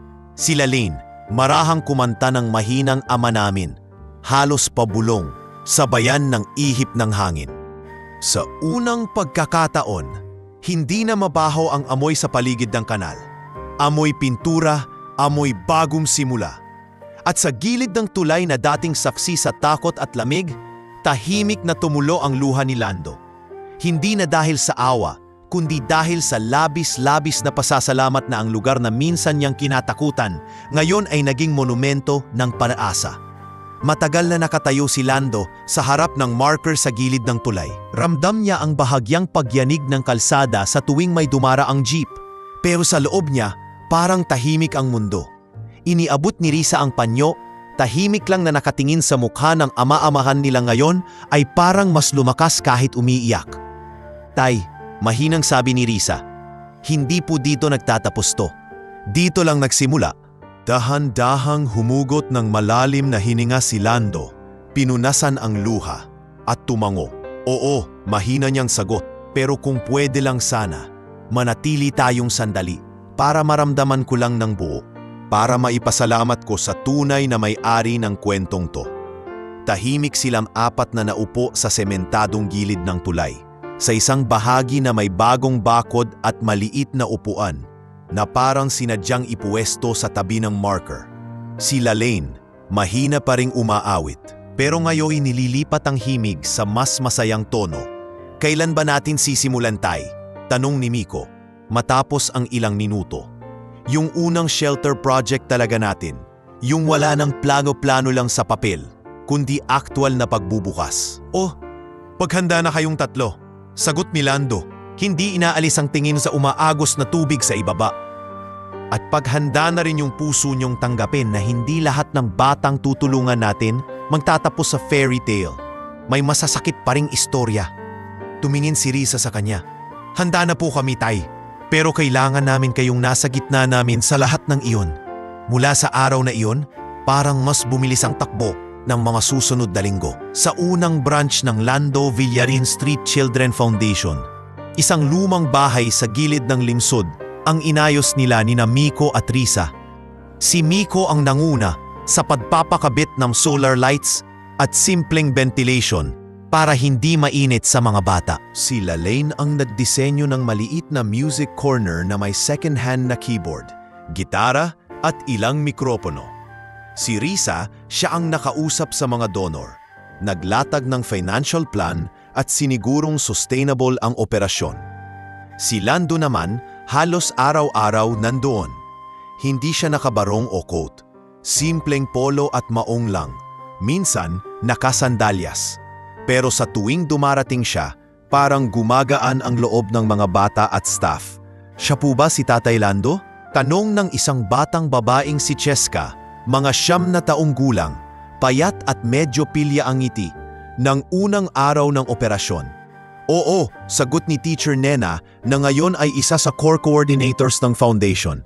Siya ang dahilan kung bakit may higaan ka ngayon at hindi kanal. Lumapit si Cheska kay Lando, dala-dala ang isang lumang stuffed toy na halatang napulot lang kung saan. Tay, sabi niya, walang alinlangan sa tawag. Pwede niyo po ba akong kwentuhan mamaya bago matulog? Ayoko na po kasi yung kwento ng mga taong nag-iiwan. Parang may tinamaan sa dibdim si Lando. Kaya kitang kwentuhan gabi-gabi, sagot niya, bahagyang nakangiti. Pero may kondisyon. Ano po? Tanong ni Cheska, nagulat. Kailangan pagkatapos ng kwento ko, ikaw naman ang magkukwento sa akin ng pangarap mo, sagot niya. Ayos ba? Deal, sagot ng bata, sabay kindat. Sa gabi matapos ang maikling dasal sa loob ng shelter, umupo si Lando sa gilid ng mahabang kama, kung saan magkakatabing natutulog ang ilang bata. Sumiksik sa tabi niya si Cheska, si Jovert na mahilig sa drawing, at si Kiko na laging may dalang lata na ginagawang kotse-kotsihan. Anong gusto nyo? Fairy tale? Tanong ni Lando. Hindi po, sagot ni Cheska. Gusto ko po yung totoo. Yung may hirap pero may pag-asa. Napangiti si Lando. Sige, sabi niya. Ikukwento ko sa inyo yung tungkol sa 3 batang natulog sa ilalim ng tulay. At inulit niyang kwento, hindi bilang alamat, kundi bilang totoong pangyayaring minsan niyang pinagdaanan. Habang nagsasalita siya, nakatingin sa kanya ang mga bata. Para bang pinapanood muli ang pelikula ng buhay niyang dati, ay akala niyang walang manonood. Sa mga sumunod na buwan, dumami ang mga batang dumaan sa foundation. May inabandona sa terminal. May tumatakbo sa bahay na puno ng sigaw. May galing sa lansangan na mas sanay sa pangungupit kaysa sa paghawak ng lapis. Hindi naging magic ang lahat. May ilang batang hindi nakayanan ang bagong disiplina at bumalik sa kalye. May ilan ding nagrebelde, sumubok tumakbo. Sa bawat hiwalay na iyon, mas sumakit ang puso ni Lando. Baka mali ang ginagawa natin. Minsan niyang sabi kay Risa sa opisina ng foundation. Hawak ang report tungkol sa isang batang tumakas. Hindi po tay, sagot ni Risa, mahigpit ang tono. Hindi lahat maililigtas natin, pero hindi ibig sabihin mali na sinubukan. Ang tanong lang lagi, may ginawa ba tayo? Hindi tayo yung mundong umiwas. Unti-unting nakilala sa sitiyudad ang pangalan ng foundation. Minsan, may mga TV crew na dumadalaw. May mga artikulong lumalabas online tungkol sa janitor na naging inspirasyon ng Street Children Program. Tuwing may ganito, laging nagtatago si Lando sa kusina o hardin. Hindi ako artista, reklamo niya kay Arnold na minsang dumalaw din sa shelter at ngayon ay volunteer na tuwing day off. Ayoko ng kamera. Pre, sabi ni Arnold, tumatawa. Malapit na yan. Pag nagkataon, ikaw na yung magiging tatay ng bayan. Wag naman, sagot ni Lando. Pero hindi maitago ang kinakabahang ngiti. Lumipas pa ang ilan pang taon. Sa unang graduation ceremony ng Foundation Scholars, nakaupo si Lando sa harap. Naka-long sleeves at maayos na sapatos na pinilit niyang suotin kahit mas gusto niya ang tsinelas. Tinawag ang pangalan ni Cheska. Ngayon ay pinatao na ang tindig. Nakatoga, may medalyang nakasabit sa kanya. Cheska Maridi Makulangan, cum laude, social work. Tumayo si Cheska sa entablado, umiiyak, hawak ang diploma. Nang magbigay siya ng maikling talumpati, isa lang ang diretsong tinawag niyang pangalan. Sa lahat ng nagmahal at umalalay sa akin, sabi ni Cheska nangingilid ang luha, lalo na sa taong unang nagtanong sa akin ng, ano ang pangarap mo? Tatay Lando, para sa inyo puto. Napatakip sa bibig si Lando, nanginginig. Naramdaman niya ang kanay ni Risa sa balikat niya, ni Miko sa kaliwa, at nila Lane sa likod. Ito na yon tay, bulong ni Miko. Ito na yung bunga ng gabi mo sa ilalim ng tulay. Isang gabi, nang mag-isa si Lando sa bagong bahay, nakaupo sa harap ng maliit na altar kung saan nakalagay ang lumang larawan ni Amparo at kandilang unti-unting naupos. May naramdaman siyang kakaibang higpit sa dibdib. Hindi matinding sakit, pero mabigat, mahigpit. Nako, natawa siya ng marahan. Tumatanda na nga. Sumandal siya sa upuan, pinikit ang mga mata. Hindi takot ang naramdaman niya, kundi kakaibang payapa. Parang handa na siyang ipasa sa mga susunod ang walis na matagal na niyang hawak. Kinabukasan, dinala siya ni Risa sa doktor. Sinabihan sila na may mahinang problema sa puso, kailangan ng maintenance, pahinga, bawas-bawas sa pagod. Hindi na kayo pwedeng araw-araw nasa field, tay, mariing sabi ni Risa sa loob ng sasakyan pa uwi. From now on, dito na lang po kayo sa opisina, sa bahay o sa garden. Kami na ni Miko at Lalaine ang tatakbo sa labas. Ayoko namang maging halaman lang dito sa bahay. Kontra ni Lando. Pero nakangiti. Pero sige, kung utos ng doktor, susundin. Kaya't nagbago ang takbo ng araw niya. Mas madalas na siyang nasa maliit na opisina ng foundation. nakaupo sa isang upuang hindi na kailangang bumuhat ng timba. Pero laging bukas ang pinto. Doon pumipila ang mga staff, volunteers, at minsan mga batang lumaki na at bumabalik na bilang guro, social worker o simpleng bisita na may dalang kwento. Tay, okay lang po ba itong desisyon namin sa bagong branch? Tay, ano po kaya ang sasabihin nyo kung may batang ayaw pang humiwalay sa kalye? Tay, kailan nyo kami ulit kukwentuhan ng tungkol kay Risa, Miko at Lalaine noong bata pa sila? Sa bawat tanong, hindi laging may sagot si Lando, pero lagi siyang may oras. Minsan, tahimik lang siyang nakikinig, nakatanaw sa bintana kung saan kita mula sa malayo ang tulay na minsang nagbago ng buhay niya.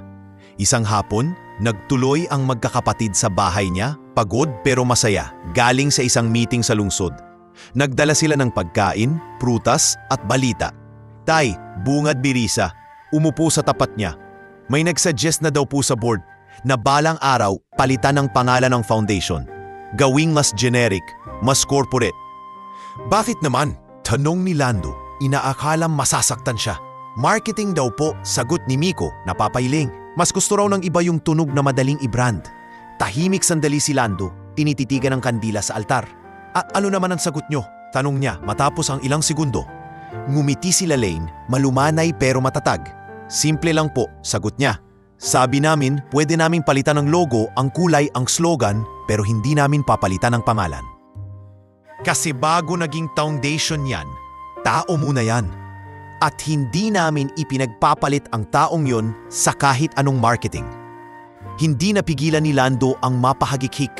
Mga sutil talaga kayo, sabi niya, pinipigil ang luhang gustong pumatak. Pero salamat, hindi dahil pangalan ko yon kundi dahil sa paalala. Kasi sa totoo lang, kahit ako gusto kong araw-araw pinapaalalahanan kung saan nagsimula ang lahat. Kinagabihan nang makaalis na ang magkakapatid at siya'y mag-isa na muli sa bahay, lumapit siya sa maliit na bintana. Kita niya sa malayo ang ilaw ng syudad, ang mga sasakyang dumadaan at ang mga buhay na nagpapatuloy. Salamat, mahina niyang bulong sa hangin. Para kay Amparo, para kina Risa, Miko at Lalaine, para kina Ma'am Clarice, Sister Marceline, Teacher Nena, Arnold, Jessa, Kapitan Remigio, at sa lahat ng batang dumaan sa tulay at foundation. Hindi na siya natatakot sa darating na bukas. Sapagkat alam niya, kahit anong mangyari, may mga batang magpapatuloy magkwento. Alam mo ba, may isang Lando noon, janitor lang daw. Pero sa totoo lang, siya ang unang naglinis ng kalat sa puso namin.